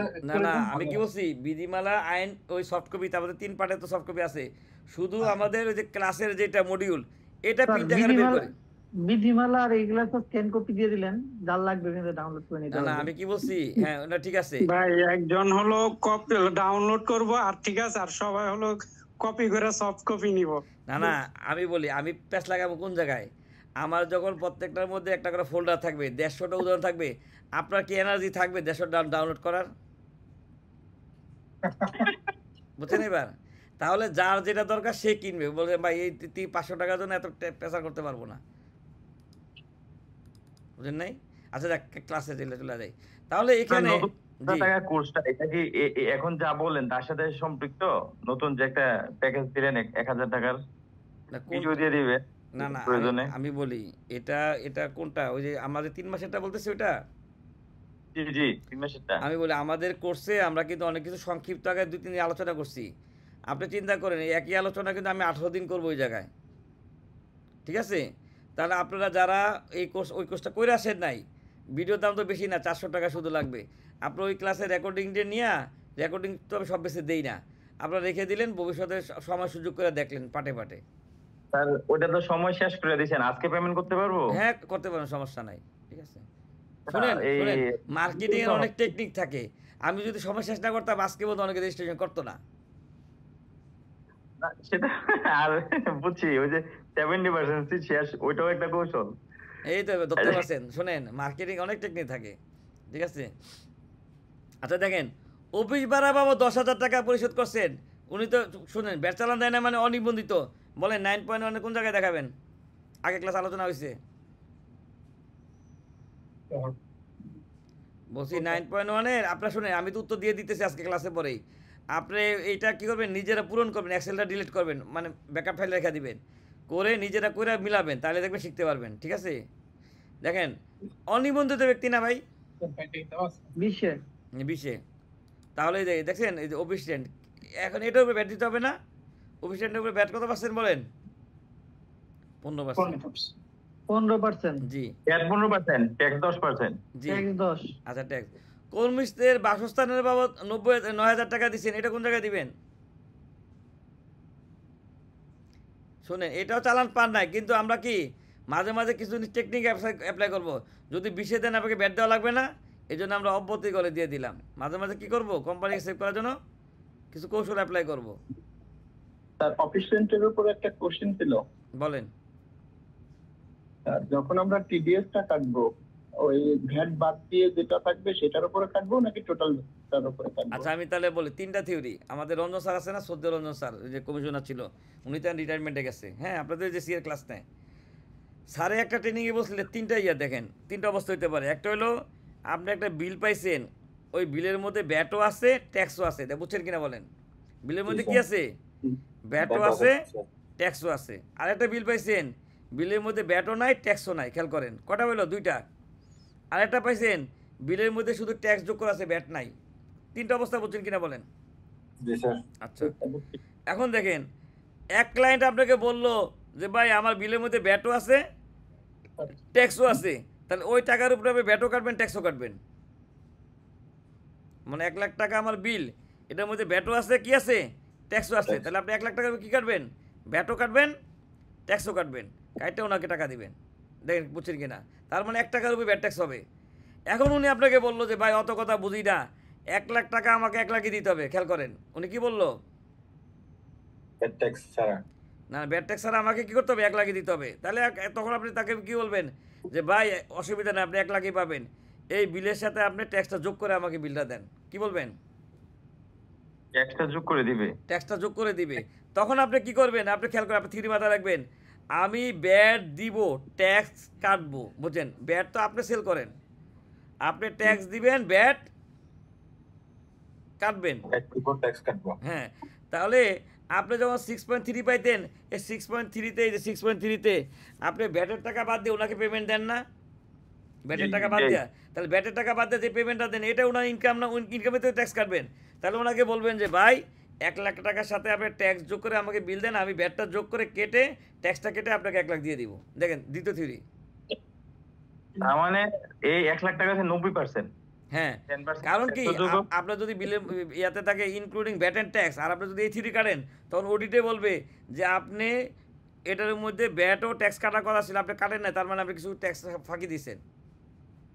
এটা স্যারের ইয়াতে একটা রেফারেন্স আছে, 14 সালে না কত সালে যেন একটা অঙ্ক করে দাও, আপনার দেখেন খুঁজা। তারপরে আরেকটা যদি এরকম হয় যে একজন 6.3 দিচ্ছে সঠিকভাবে, তাহলে দেখেন তো 6.3-তে ব্যাট কাটার পরে টাকা, এটা ওনার ইনকাম না, তাহলে এইভাবে বুঝেন। ঠিক আছে? তার নিয়মটা কি এরকম না? যদি সব ভ্যাট এবং ট্যাক্স ইনক্লুড থাকে তাহলে আমরা ভ্যাট কেটে যে টাকাটা থাকবে ওটার উপর ট্যাক্স কাটবো। বস আমি কিন্তু 3টা উদাহরণ দিয়ে বলছি এবং সদ্য স্যারের রেফারেন্সও দিছি। আমি যতদিন চাকরি করছি 13 বছর, এটা নিয়ে চিরকাল দ্বন্দ্ব ছিল, আমি ক্লাস শেষ করতে পারবো না। হ্যাঁ আপনারা বলছি আপনি আপনার মতো করেন, আমি এই ভিডিওটা দিব আপনি দেখেন। আমি তো বলছি স্যারের রেফারেন্স দিয়ে বলছি এবং 14 সালে ব্যাখ্যা দেওয়া আছে পরিবর্তনটা। স্যার একটা বিষয় স্যার, আমরা তো আপনি যেটা বলছেন আমরা এইভাবে প্র্যাকটিস করি, প্রাইভেট প্র্যাকটিস, মানে ট্যাক্সের উপরে মানে টোটাল অ্যামাউন্ট ট্যাক্স তারপর ভ্যাট। কিন্তু সরকারি আমরা একটা কাজ করছিলাম, ওইখানে কি করছে ওরা বিল যা ধরছে তার উপর থেকে ভ্যাট কাটছে, তার উপর থেকে ট্যাক্স কাটছে। এটা নাকি ওদের আই প্লাস প্লাস প্লাস আমি সিস্টেম। বলি প্রথম আগে ভ্যাট কাটছে, আমি বলি প্রথমে ভ্যাট কাটছে ঠিক না? জি জি জি, মানে তারপরে বাকি ভ্যালু থেকে ট্যাক্স কাটছে। না না না, 100 টাকা একটা ভ্যালু, 100 টাকা থেকে ভ্যাট কাটছে, 100 টাকা থেকে ট্যাক্স কাটছে। তার মানে ওই যে তারা প্রথম থিওরিতে গেছে, প্রথম থিওরিতে যে ইনক্লুডিং ভ্যাট এন্ড ট্যাক্স। তাহলে তো স্যার আগে ভ্যাট বাদ দিয়ে ট্যাক্স কাটার কথা না, আমি বাকি কি টাকা বলছি থেকে। আপনি দেখেন ওয়ার্ক অর্ডার কিভাবে লেখা আছে। আমি তো 3টা থিওরি আপনাকে বলছি না ভাই? 3টা থিওরি বলছি কিনা বলেন? আচ্ছা আমরা ওই ক্লাসে আলোচনায় যাই। হ্যাঁ এটা তো আলাদা কোশ্চেন করেন, অসুবিধা নেই। আচ্ছা দেখেন তাহলে ওই যে ফ্যাক্টরি ভাড়া এটা অব্যাহতি প্রাপ্ত না ভাই? তাহলে এক্সাম্পটেড গুডস অ্যান্ড সার্ভিস 12তে দিবেন কিনা বলেন? এক্সাম্পটেড গুডস অ্যান্ড সার্ভিস কোথায় দিবেন? 12তে। তাহলে দেখেন 12 3টি দেন, এই যে এক্সাম্পটেড গুডস অ্যান্ড সার্ভিস।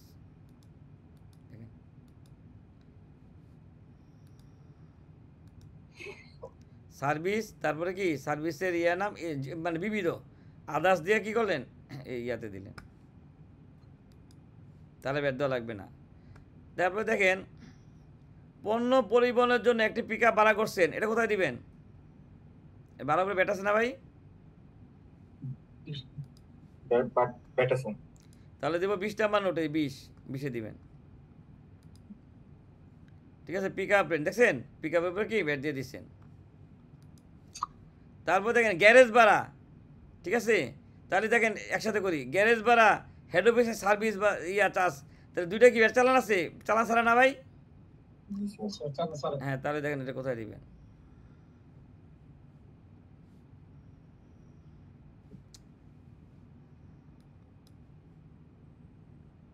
তাহলে দেখেন 20-এ দেখছেন গ্যারেজ রেন্ট সার্ভিস চার্জ, ঠিক আছে, এই যে কোডটাও দিয়ে দিচ্ছি, কোড জায়গা করবেন। তারপরে মাসব্যাপী পিক আপের জন্য সিএনজি কিনছেন, এখন বলেন সিএনজি বিলে থেকে কি ব্যাট কাটতে হবে?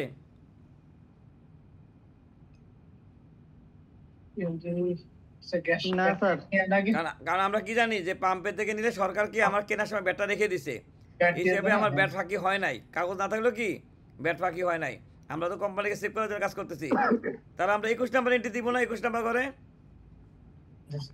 চালান দ্বারা কিনছি, এই যে 21 নাম্বার করে এন্ট্রি দিব, এই যে সিএনজি দেখছেন দিয়ে দিবেন। তা সিএনজি ইন্স্যুরেন্স পড়ছে, এগুলি কি ব্যাট চালান। আচ্ছা তারপরে দেখেন স্টেশনারি কিনছেন, এটা কি দোকানদারে ব্যাট কাটতে হবে না? হ্যাঁ তাহলে কত পার্সেন্ট ব্যাট কাটবেন বলেন? না 7.5 তো আগে ছিল, এখন তো 10%, তাহলে 20টা না এখন তো 10% দোকানদার না, প্রকিউরমেন্ট প্রোভাইডার, সে যা কিনে তাই বেচে। এখন আপনি যদি ম্যাটাডোর কোম্পানি থেকে কিনেন তাহলে উৎপাদনকারী কি বলেন, বা ইকোনো যে যারা স্টেশন উৎপাদন করে তাদের, এইভাবে চিন্তা করেন। কারণ আর যদি সাপ্লায়ার কিনে তাহলে 10%। তারপরে দেখেন কর্মকর্তাদের বেতন কত দিবেন, কোথায় দিবেন? অব্যাহতি না, এটা লাস্ট এন্ট্রি, এটা কোথায় দিবেন? তাহলে অব্যাহতি করে দিবেন কিনা বলেন? এই যে অব্যাহতি 12 নম্বর নোট, 12 নম্বর দিচ্ছে দেখছেন স্যালারি। তাহলে এইভাবে আপনার দেখেন এই যে 9.1 এর সেলস, এটা তো সবাই ক্লিয়ার। আচ্ছা তারপরে দেখেন পার্চেজে আমরা অব্যাহতি প্রাপ্ত পার্চেজ করছি দুইটা, একটা বেতন আর একটা কি ওই যে থাকা বাসস্থান ভাড়া, যেটাতে আবাসিক, দেখেন দুইটা দিছি, বুঝছেন কিনা? 1,89,000। আর এই লোক যেহেতু রেয়াত নেন, আমরা এইখানে এন্ট্রি দিই নাই। 20 নাম্বার করে দিছি যেগুলি আমরা অনিবন্ধিত ব্যক্তি থেকে কিনছি, দেখেন 20 নাম্বার করে এন্ট্রি দিচ্ছেন। এই যে অনিবন্ধিত ব্যক্তি, এই ব্যাটটা দিতে হবে না ভাই? এই ব্যাটের পরিমাণ আসছে কত বলেন? 9,225 টাকা। এখন আপনি চাইলে এর মধ্যে বলতে পারেন না অফিস ভাড়ার জন্য আলাদা একটা ট্রেজারি চালান দিতে পারেন কিনা বলেন, গ্যারেজ রেটের জন্য আলাদা ট্রেজারি চালান দিতে পারেন কিনা, অথবা চাইলে একসাথে দিতে পারেন না? হ্যাঁ একসাথে দেওয়া যায়, অসুবিধা কি? এখন আপনার যদি বাড়িওয়ালা বলে না ভাই আমার ট্রেজারি চ্যানেলটা আলাদা দেন, দিতে পারেন না, এটা আপনার চয়েস, আপনি কীভাবে দিবেন। তাহলে আমাদের বিডিএস মানে ব্যাট দিতে হবে কত বলেন, 9,225 টাকা কিনা, এটা কি আমার বিডিএস বলি, কত দিতে হবে বলেন? 9,225 টাকা। তাহলে এই 9,225 টাকা 27 নাম্বার নোটে দিবেন না? আচ্ছা 21 নাম্বার ঘর দেখেন, আপনার চালান দ্বারা কিনছেন, ওইগুলো এন্ট্রি দিয়েছেন, এগুলো কি ব্যাট দেওয়া লাগবে? কি কি কিনছিলেন দেখেন, CNG, insurance, charge, bank charge, লাগবে না, দেওয়া লাগবে না। তাহলে এটা হলো এই যে 21 নাম্বার স্থানীয় ক্রয়, আরও যদি কিছু কিনেন আসবে। 22 নাম্বার ঘর, 22 নাম্বার ঘর ইনপুট করছেন, ব্যাট দেওয়া লাগবে? দেওয়া লাগবে না, 22 নাম্বার ঘর। তাহলে দেখেন এইটা হলো সেলস ব্যাট, কত দিতে হবে? 4,65,000। আর আপনি রেয়াত তো পান না 1 টাকাও, ঠিক না? আরও দিতে হবে 9,225 টাকা। শুধু এটিটা সমন্বয় করবেন, যোগ বিয়োগ করার পরে 1,27,000 টাকা দেওয়া লাগে কিনা বলেন? এই 1,27,000 টাকার থেকে আগের মাসে ব্যালেন্স আছে 25,000 টাকা, এটা যদি মাইনাস করেন 1,02,000 টাকা দেওয়া লাগবে কিনা বলেন? ঠিক না? এখন এই 1,02,000 টাকা দেখেন, এখানে 1,02,000 দিচ্ছেন না ভাই, দিচ্ছেন? আচ্ছা এই 1,02,000 টাকা কী বলছে, 58 নাম্বার নোটে যান, দেখেন আপনি কি করছেন, ওই যে বিডিএস, ওই যে স্টেশনে কিনছে, ইয়া কিনছে, এই বাবদ দিচ্ছেন 525 টাকা, মানে অনেক সময় আমরা দিই, বাস্তব অনুযায়ী দিচ্ছি। অফিস রেন্টের ভাড়াটাকেই আলাদা দিচ্ছেন, বাড়িওয়ালারটা 1,500 টাকা, পিক আপেরটা আলাদা একটা চালানে দিচ্ছেন, এইভাবে যে চালান 45, 46, 47, 48, গ্যারেজ রেন্ট আলাদা চালানে দিচ্ছেন, ট্রাক রেন্ট আলাদা চালাইছে। আর এই যে 93,000 টাকা ট্রেজারি দিতে হবে না ভাই? আমরা যখন সব করছিলাম আমরা কি জানতাম, কিছু ট্রেজারি দেওয়া লাগবে কিনা বলেন? আপনি তো রেয়াত পান নাই, আপনি বিক্রি করার সময় এডিশন করছে 40% বা 39%, তার উপরে ট্রেজারি দিতেছে কিনা বলেন? এই ট্রেজারি অ্যামাউন্টটা কত বলেন? মানে স্যার এই ট্রেজারিটা স্যার আমরা সহ করার সময় কিভাবে দিই একটু স্যার, একটু যদি সহগে যাবো পরে, আপনি এখান থেকে বোঝেন। এই 93,000 টাকা ট্রেজারি দেওয়া লাগছে কিনা আপনাকে? তাহলে এই বিডিএস এর টাকা ট্রেজারি মিলে কত আসছে বলেন? আমি দিব, উত্তর দিব, ওয়েট করেন।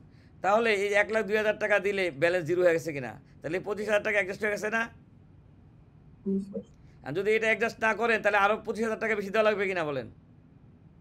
তাহলে এই মাসে রিটার্নটা দিবেন। দেখেন আমি তো চাই আপনার থেকে মন প্রাণ ক্লাসটা শিখাইতে এবং আপনার জন্য বুঝেন, ঠিক আছে? যখন আমি কন্টেন্টটা রেডি করছি দেখেন, আমি একটা রাফ, কারণ আমরা তো ক্লায়েন্টের সাথেও কাজ করি, ঠিক আছে?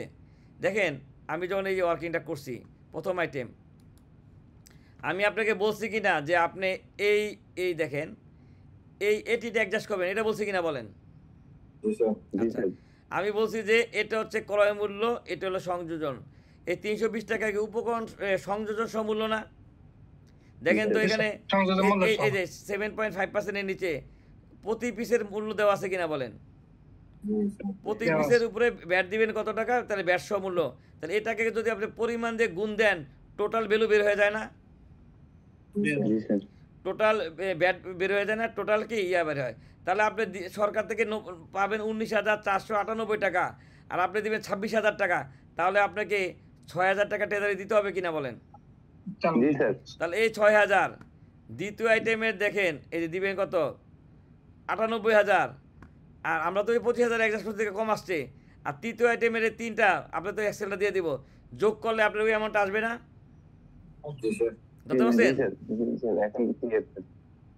তাহলে আমাদের দ্বিতীয় উদাহরণ কিন্তু শেষ, নেক্সট ক্লাসে করাবো ওই যে 10%-এরটা যোগানদার, তারপরে উৎপাদনকারী উদাহরণে যাব, ঠিক আছে?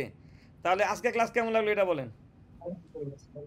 ভালো লাগছে স্যার। হ্যাঁ এইভাবে বোঝেন, এইভাবে যদি আমরা 50টা বা 100টা উদাহরণ করে দেয় তাহলে আপনি বই কিনবেন না? স্যার বই তো এটা অবশ্যই লাগবে, পাশাপাশি তো রাখতেই হবে। কারণ স্যার এগুলো মনে থাকবে না স্যার, প্র্যাকটিস না করলে বই না থাকলে আমরা তো মনে থাকবে না। এর জন্য যদি আমি 500 বা 1,000 টাকা চাই তাহলে দিতে আপনার কষ্ট লাগবে? আইন বিধি সফট কপি দিয়ে দিলাম, ইবুক 150 টাকা, আর ওই বইয়ের জন্য টাকা, আর ওই যে উত্তরগুলি অনলাইনে থাকবে। আপনি এরকম করলেন যে প্রথম বছর বই নিলেন, দ্বিতীয় বছর চেঞ্জ হইতে পারে কিনা বলেন?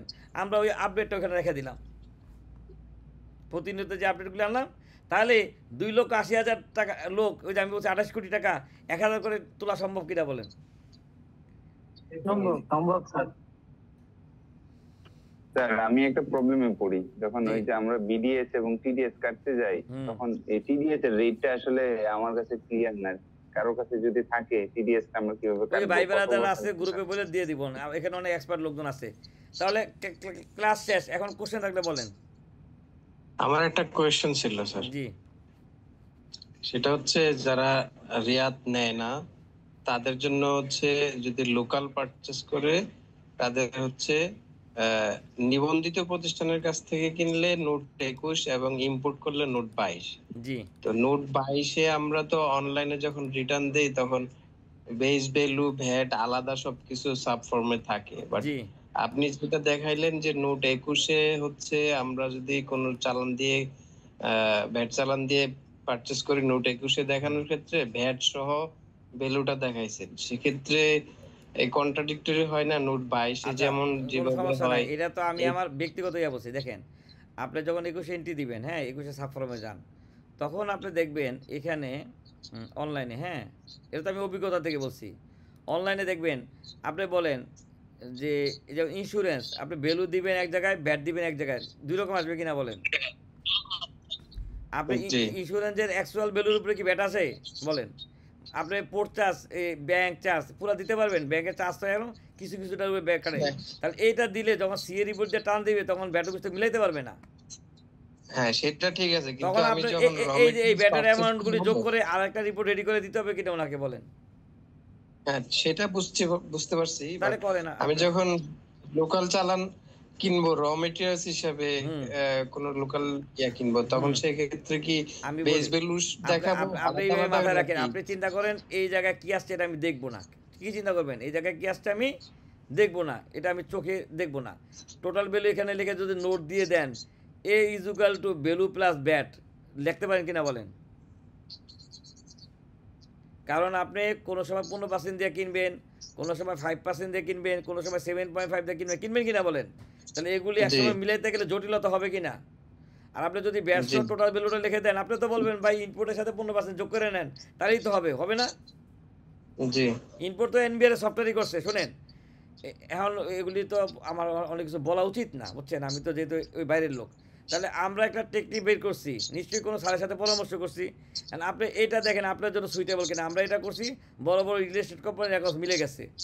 ওরা যখন সিএ রিপোর্টে মিলাই দিছে যে 12 মাসের ব্যাটসহ লোকাল পার্সে এত টাকা, সিএ রিপোর্টে কাটাকাটা মিলে গেছে, তাহলে আপনি এটা করবেন না? এখন আপনার চয়েস, আপনি করেন। আমি আপনাকে অ্যাডভাইস দিলাম, এখন আপনার যদি ভালো না লাগে আপনি আপনার মতো করে করেন।